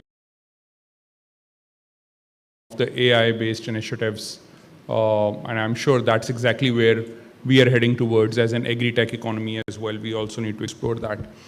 And I think with this we have at least all the broadcast completed to you guys.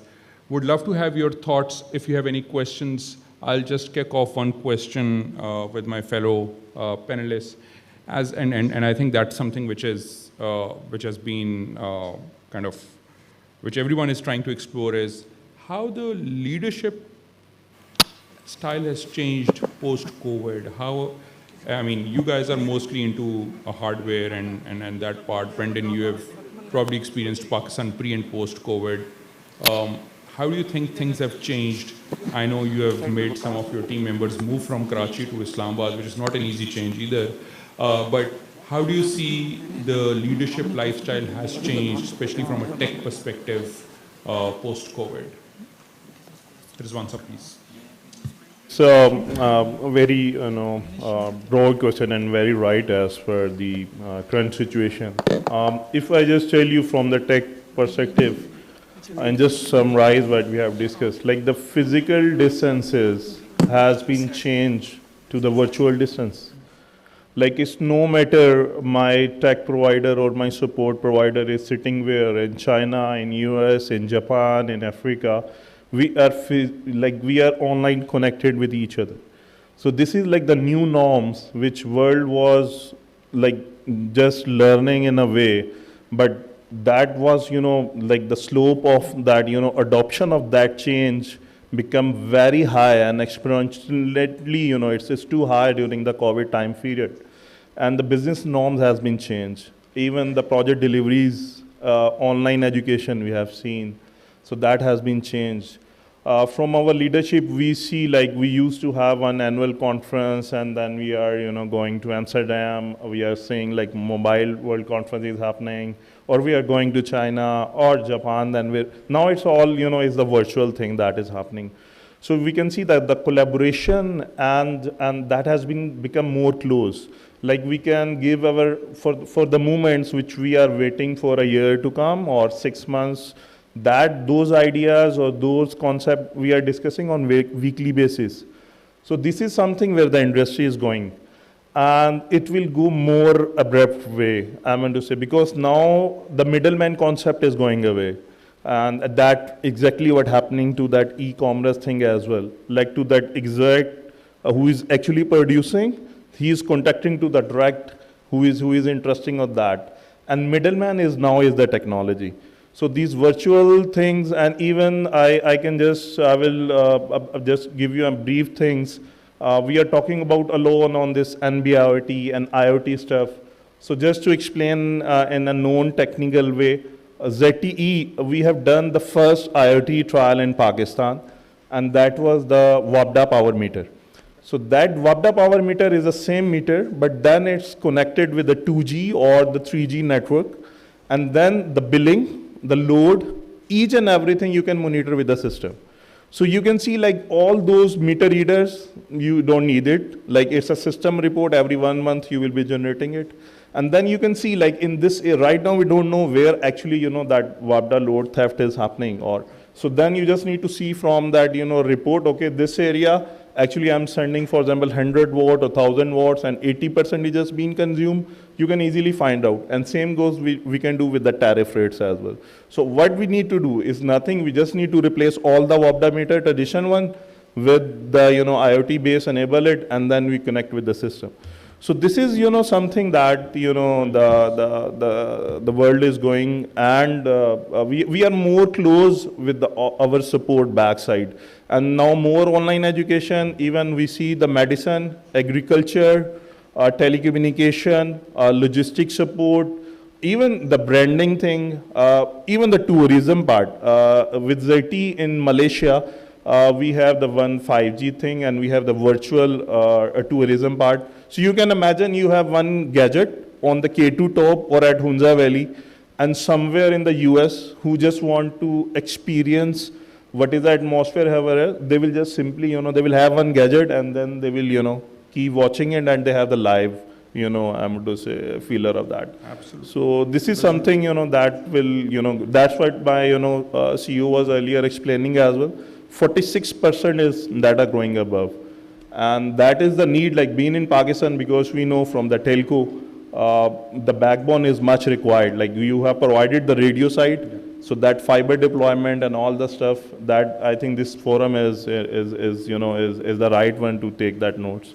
Absolutely. So it's all about Thank like you, this. Thank you so much. And when you say the middleman has gone, I believe the middleman has changed probably. I think that's another challenge. I think it is still there, but it has completely changed. So Brendan, how do you see it? And you can also compare between different geographies as well. Do you see the shift happening in Pakistan from a want to a need in terms of digital transformation? Are the average SME leadership really recognizing this? Yeah, well, I guess it started as a need because recently, because of the pandemic, you've had so many companies shift to be maybe more digital, or maybe some are digital first. We consider ourselves a remote first company. And then that has its own second order effects within workplace culture, which is one of our themes. For example, in our company, we have a lot of asynchronous communication. Instead of waiting to have a meeting that is probably not in person anymore, it's usually over Zoom, we have a lot of communication asynchronously over Slack, where I can send some notes to someone, and then at a later point in the day, that recipient can review them and then get back to me on their own time, without having to wait to schedule a meeting with me or many other people. So you've seen that a lot in the technology industry, specifically with startups. We have a team that spans from Europe all the way down to Australia. We're about 100 people, remote first. We try to give a lot of autonomy to our team. We try to treat people like adults. So you see some of these things being inspired from Silicon Valley. And now they're coming this way and maybe inspiring more traditional businesses in Pakistan. So in the startup industry, you see a lot of companies doing strange things like allowing unlimited leave. You can work whatever days you want to, and if you need to take time off, you can. Similarly, for women, we actually offer every month the ability to take 1 or 2 days off because of those cycles. So we're seeing the shift where more and more companies are addressing their employees as people rather than as resources. I've heard this too many times, and I hate when I hear that, when someone is referred to as a resource instead of a human. So I think a lot of these good shifts are maybe inspiring businesses within Pakistan to do better, because ultimately you'll have this workforce who starts to look for companies who are treating them better. If you have a choice of a place of employment, I would want to work somewhere where I feel empowered, where my company cares about me. So you see that workplace culture is improving drastically, especially in the last 2 years, and that becoming an inspiration for the larger businesses and the more traditional businesses in Pakistan. I mean, I think the remote first is absolutely, like, Pakistan is a mobile first country. I think being remote first as a company is great. So from a leadership perspective, how easy is it to manage? I understand, what I believe is that the challenge with the technology part is that it's pretty emotionless. And that person-to-person thing it brings in that emotional connect, which generally is, I'm sure 5G still won't be able to fix that part. So as a leader, how do you bring that emotional connect with the team, which is so spread out across the globe? Yeah, Yeah, so over Zoom, it's definitely a challenge. We try to get people together online maybe once or twice a week to do activities. We do a coffee session on Fridays where we invite the whole company up to Zoom and maybe share some ideas.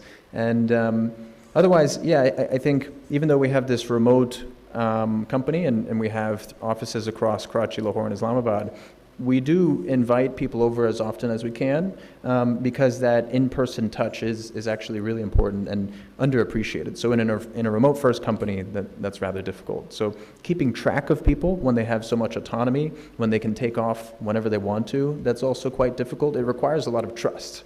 So I think if you build that trust in the beginning with your workforce, with the people who are on your team, then you hopefully over time will be able to trust them to do the things that they need to do rather than having to watch them like just resources. Absolutely. Thank you so much. I'd love to open it up for any questions from the audience before I can probably ask another question or two. Dr. Saab, I'm sure you're listening us very carefully, flying in all the way from Boston probably. So any thoughts, any comments, any questions? I can, G please, if you can have a mic. Yeah. Please introduce yourself, your name and your company as well. I am a CEO of MIA. I have a PhD from Yale, United States. I'm a US citizen. My question is we can talk about all these policies and everything. What are the genuine reasons that we can bring people from the universities, like LUMS, NUST, and provide them a platform like Google and something, and we fund it together, like we must have investors here, and we can talk about that sometime. That would be great, that's all. So how can we have, so just to clarify, how can we put all our students into our own company? Well, I'm a mathematician. I have all the algorithmic solutions for whatever you people are talking about, and I think I can satisfy all your needs. MIA. Okay. So, I mean, that's an interesting question, but I think creating another ecosystem of social networks or a large tech company is, I think, everyone is struggling towards that. Yeah. In a very controlled economy like China, I think they've been able to have their own independent social networks. But, sorry? Can I have the mic? United States or Chinese or Russians, I believe in Pakistan and a Pakistan mindset. We have created nuclear bombs, we have created this JF-17 with the collaboration. What I want is that I want to replace like this American guys talking here. I want someone like a Pakistani girl or a boy talking the same sense with the knowledge of chips and IT, IoT. Or very good point. Yeah. That's very important. That's very, very important. So, so coming back to that, as I highlighted earlier, we have about 25 to 35,000 engineering and IT graduates coming out of Pakistan. Only 10% are properly employable. The challenge is, it's actually deeper. And the challenge is not only with the curriculum, which is extremely outdated, the challenge is that the faculty is also, in all honesty and with due respect, outdated as well. And they come from a very academic and a theoretical background and a perspective. The applied side on our graduate level is extremely missing, reasonably missing. The curriculum is outdated, the faculty needs to be retrained, and then the biggest challenge is, even if you retrain the faculty, the challenge is that the promotion or the career path of a traditional university, as defined by our regulator, is based on the research they do, which only goes back to the libraries, in all honesty again. So the research is not applied research. So the industry academia part is extremely missing. And I think once we are able to probably... Yeah, but sorry to cut you down. All our elite mindset, they apply in freelance, then they get opportunities, they end up in US, UK, or Australia, and a lot of great minds of Pakistani citizens, they just work there, just like you have mentioned this doctor earlier, he was talking. So most of his intellect capacity went to US or other places, so, fresh blood, we need extremely fresh blood. Yeah, so and I'll explain to that point. So that's the first part is of the supply chain, which is the talent. So the talent is certainly very limited, which you can really acquire and leverage. The other part is when we even talk about the $300 million which is coming into Pakistani startups, let's be very, very clear there as well. That is actually coming into the holdcos of those companies abroad. It's their holdco because the current regulatory framework and the continuity of the policies is a challenge, and hence investors do not directly invest in a Pakistani company locally. They invest in their holdco. Sorry, I won't be able to take the follow-up question, but just wanted to add to this, and we'll have to move to other panel, other audience as well. But just wanted to add, so that's another challenge. And then eventually scaling a company. So one of the Pakistan's largest companies is about 7,000 to 10,000 employees, the largest one in the tech space, and that's Systems Limited. NetSol probably follows, but the largest is Systems Limited right now, and the rest, others are scaling up. But they're mostly into servicing. So I think we also need to go into the product side. The challenge is right now our IT and IT-enabled services are mostly into servicing part, and I think we need to make that shift from servicing to product. But for that, we need to improve our graduate level pipeline as well, so that there are new ideas and the startup ecosystem comes in, the products get started, and then they get funded, and they eventually they scale up. I think Airlift is one classical example of a Pakistani coming back, starting a company, raising $85 million, and now scaling a company within Pakistan and now scaling it out in Africa as well. Similarly, there are other startups, of course, in the fintech space, e-commerce space, who are doing that as well. But of course, everyone aims to do that, which you're just highlighting, but I think we're just taking our baby steps at this stage. But the most important thing in doing all of this is facilitating the policy and the regulatory environment. In the tech space, we probably don't need any buildings or roads or dams. We really need a super conducive and a facilitating policy and a regulatory environment, which is a challenge because most decision makers, and again, with all due respect, all decision makers there are not digital natives, they are digital immigrants. And those who are immigrants are making policies for natives.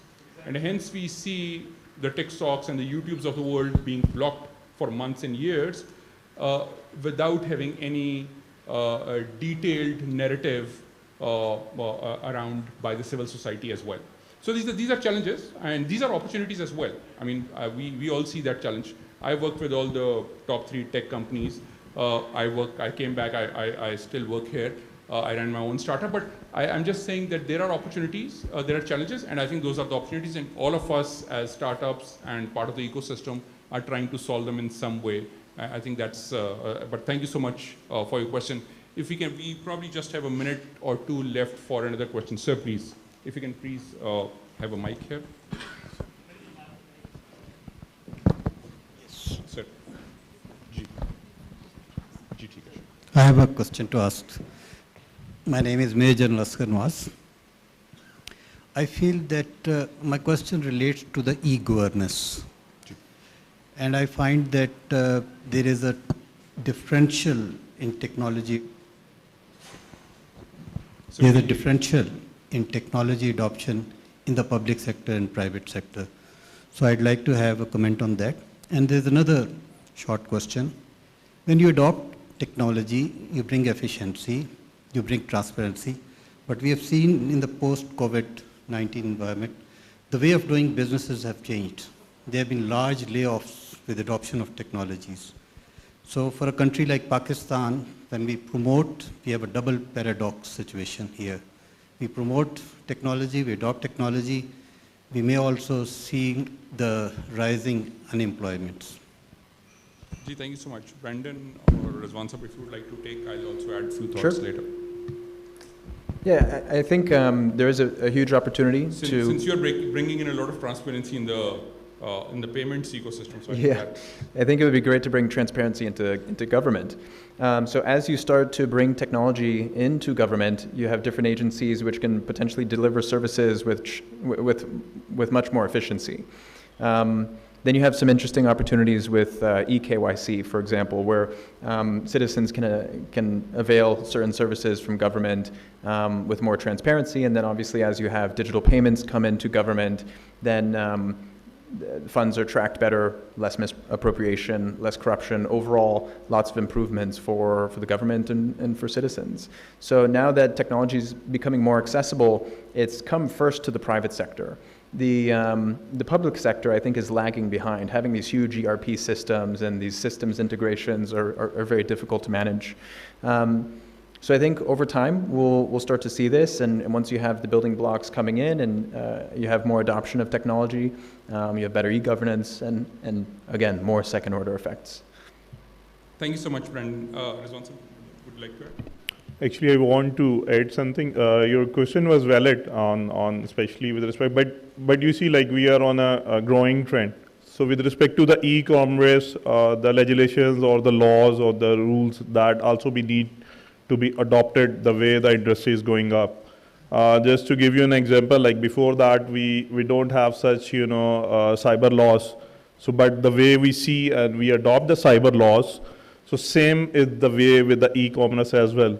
Like the industry will be growing, and we need to adopt those laws as per the practice. And then when those building blocks are done, so then we will be able to give a more confidence, and the way we can boost in a more broader way.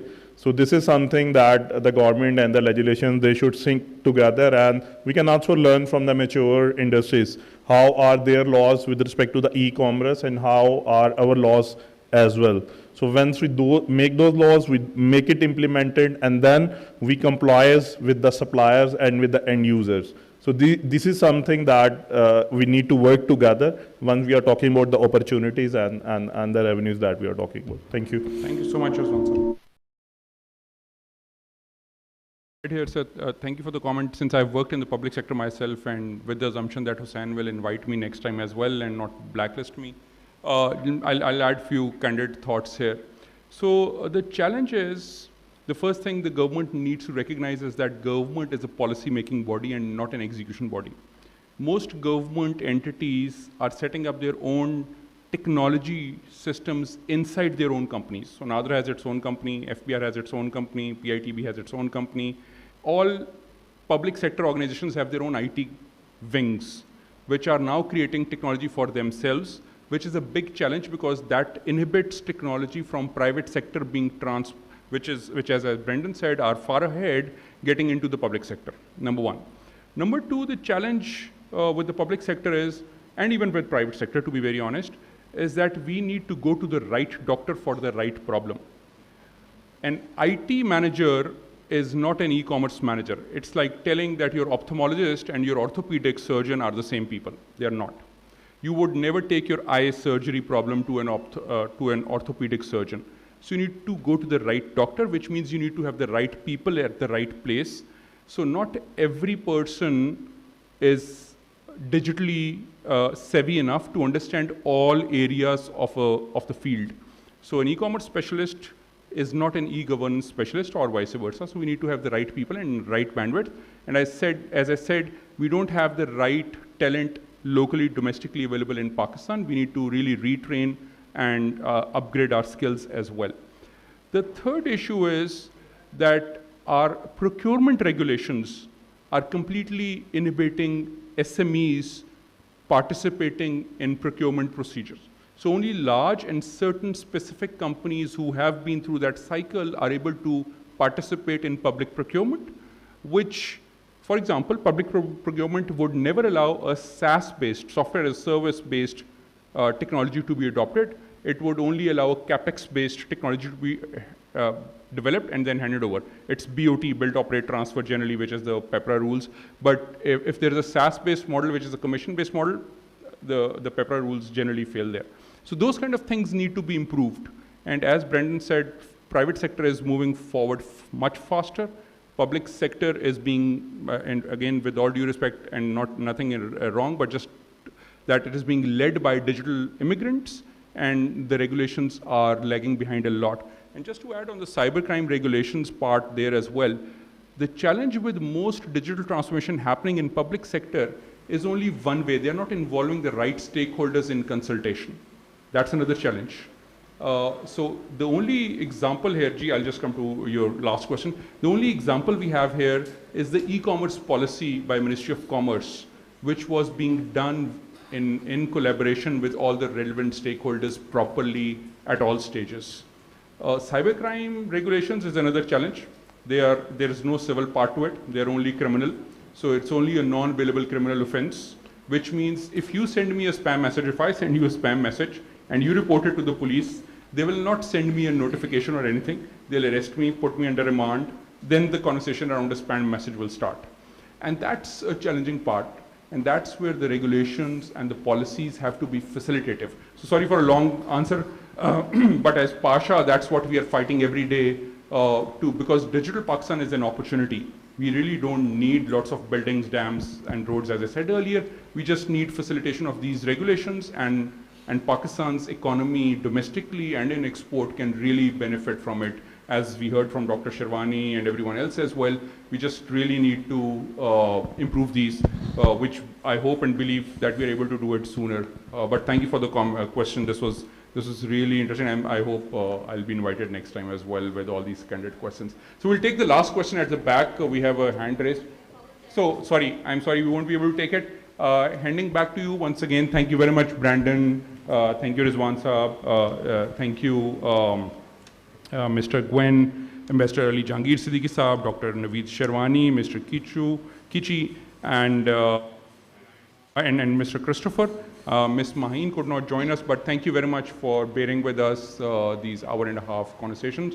Back to you. Thank you once again. Thank you so much. This has been such an enlightening discussion, and I truly apologize that for the paucity of time we were unable to tend to the last bit of questions that we had. Before we do break for lunch, I think it's time for the presentation of the mementos. If I could kindly request Acting President IPRI, Brigadier Rashid Wali Janjua, to please present mementos to those of the distinguished panel that are here with us today.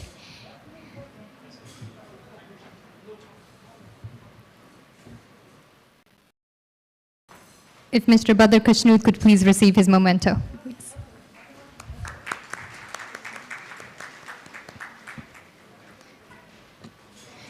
Mr. Guan Li, if you could please receive your memento.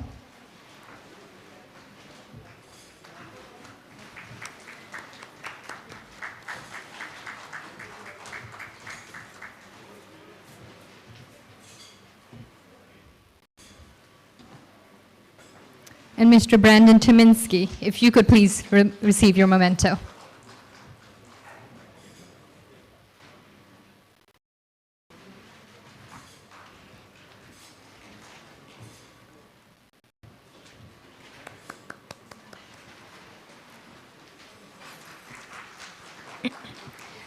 Thank you. I would request the panelists and the IPRI executive to please stay for a group photograph.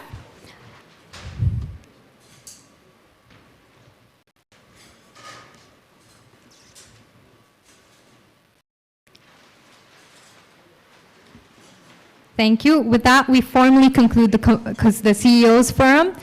Please join us for lunch right outside the hall, and let's reconvene in an hour's time for the Commandos Forum. Thank you so much.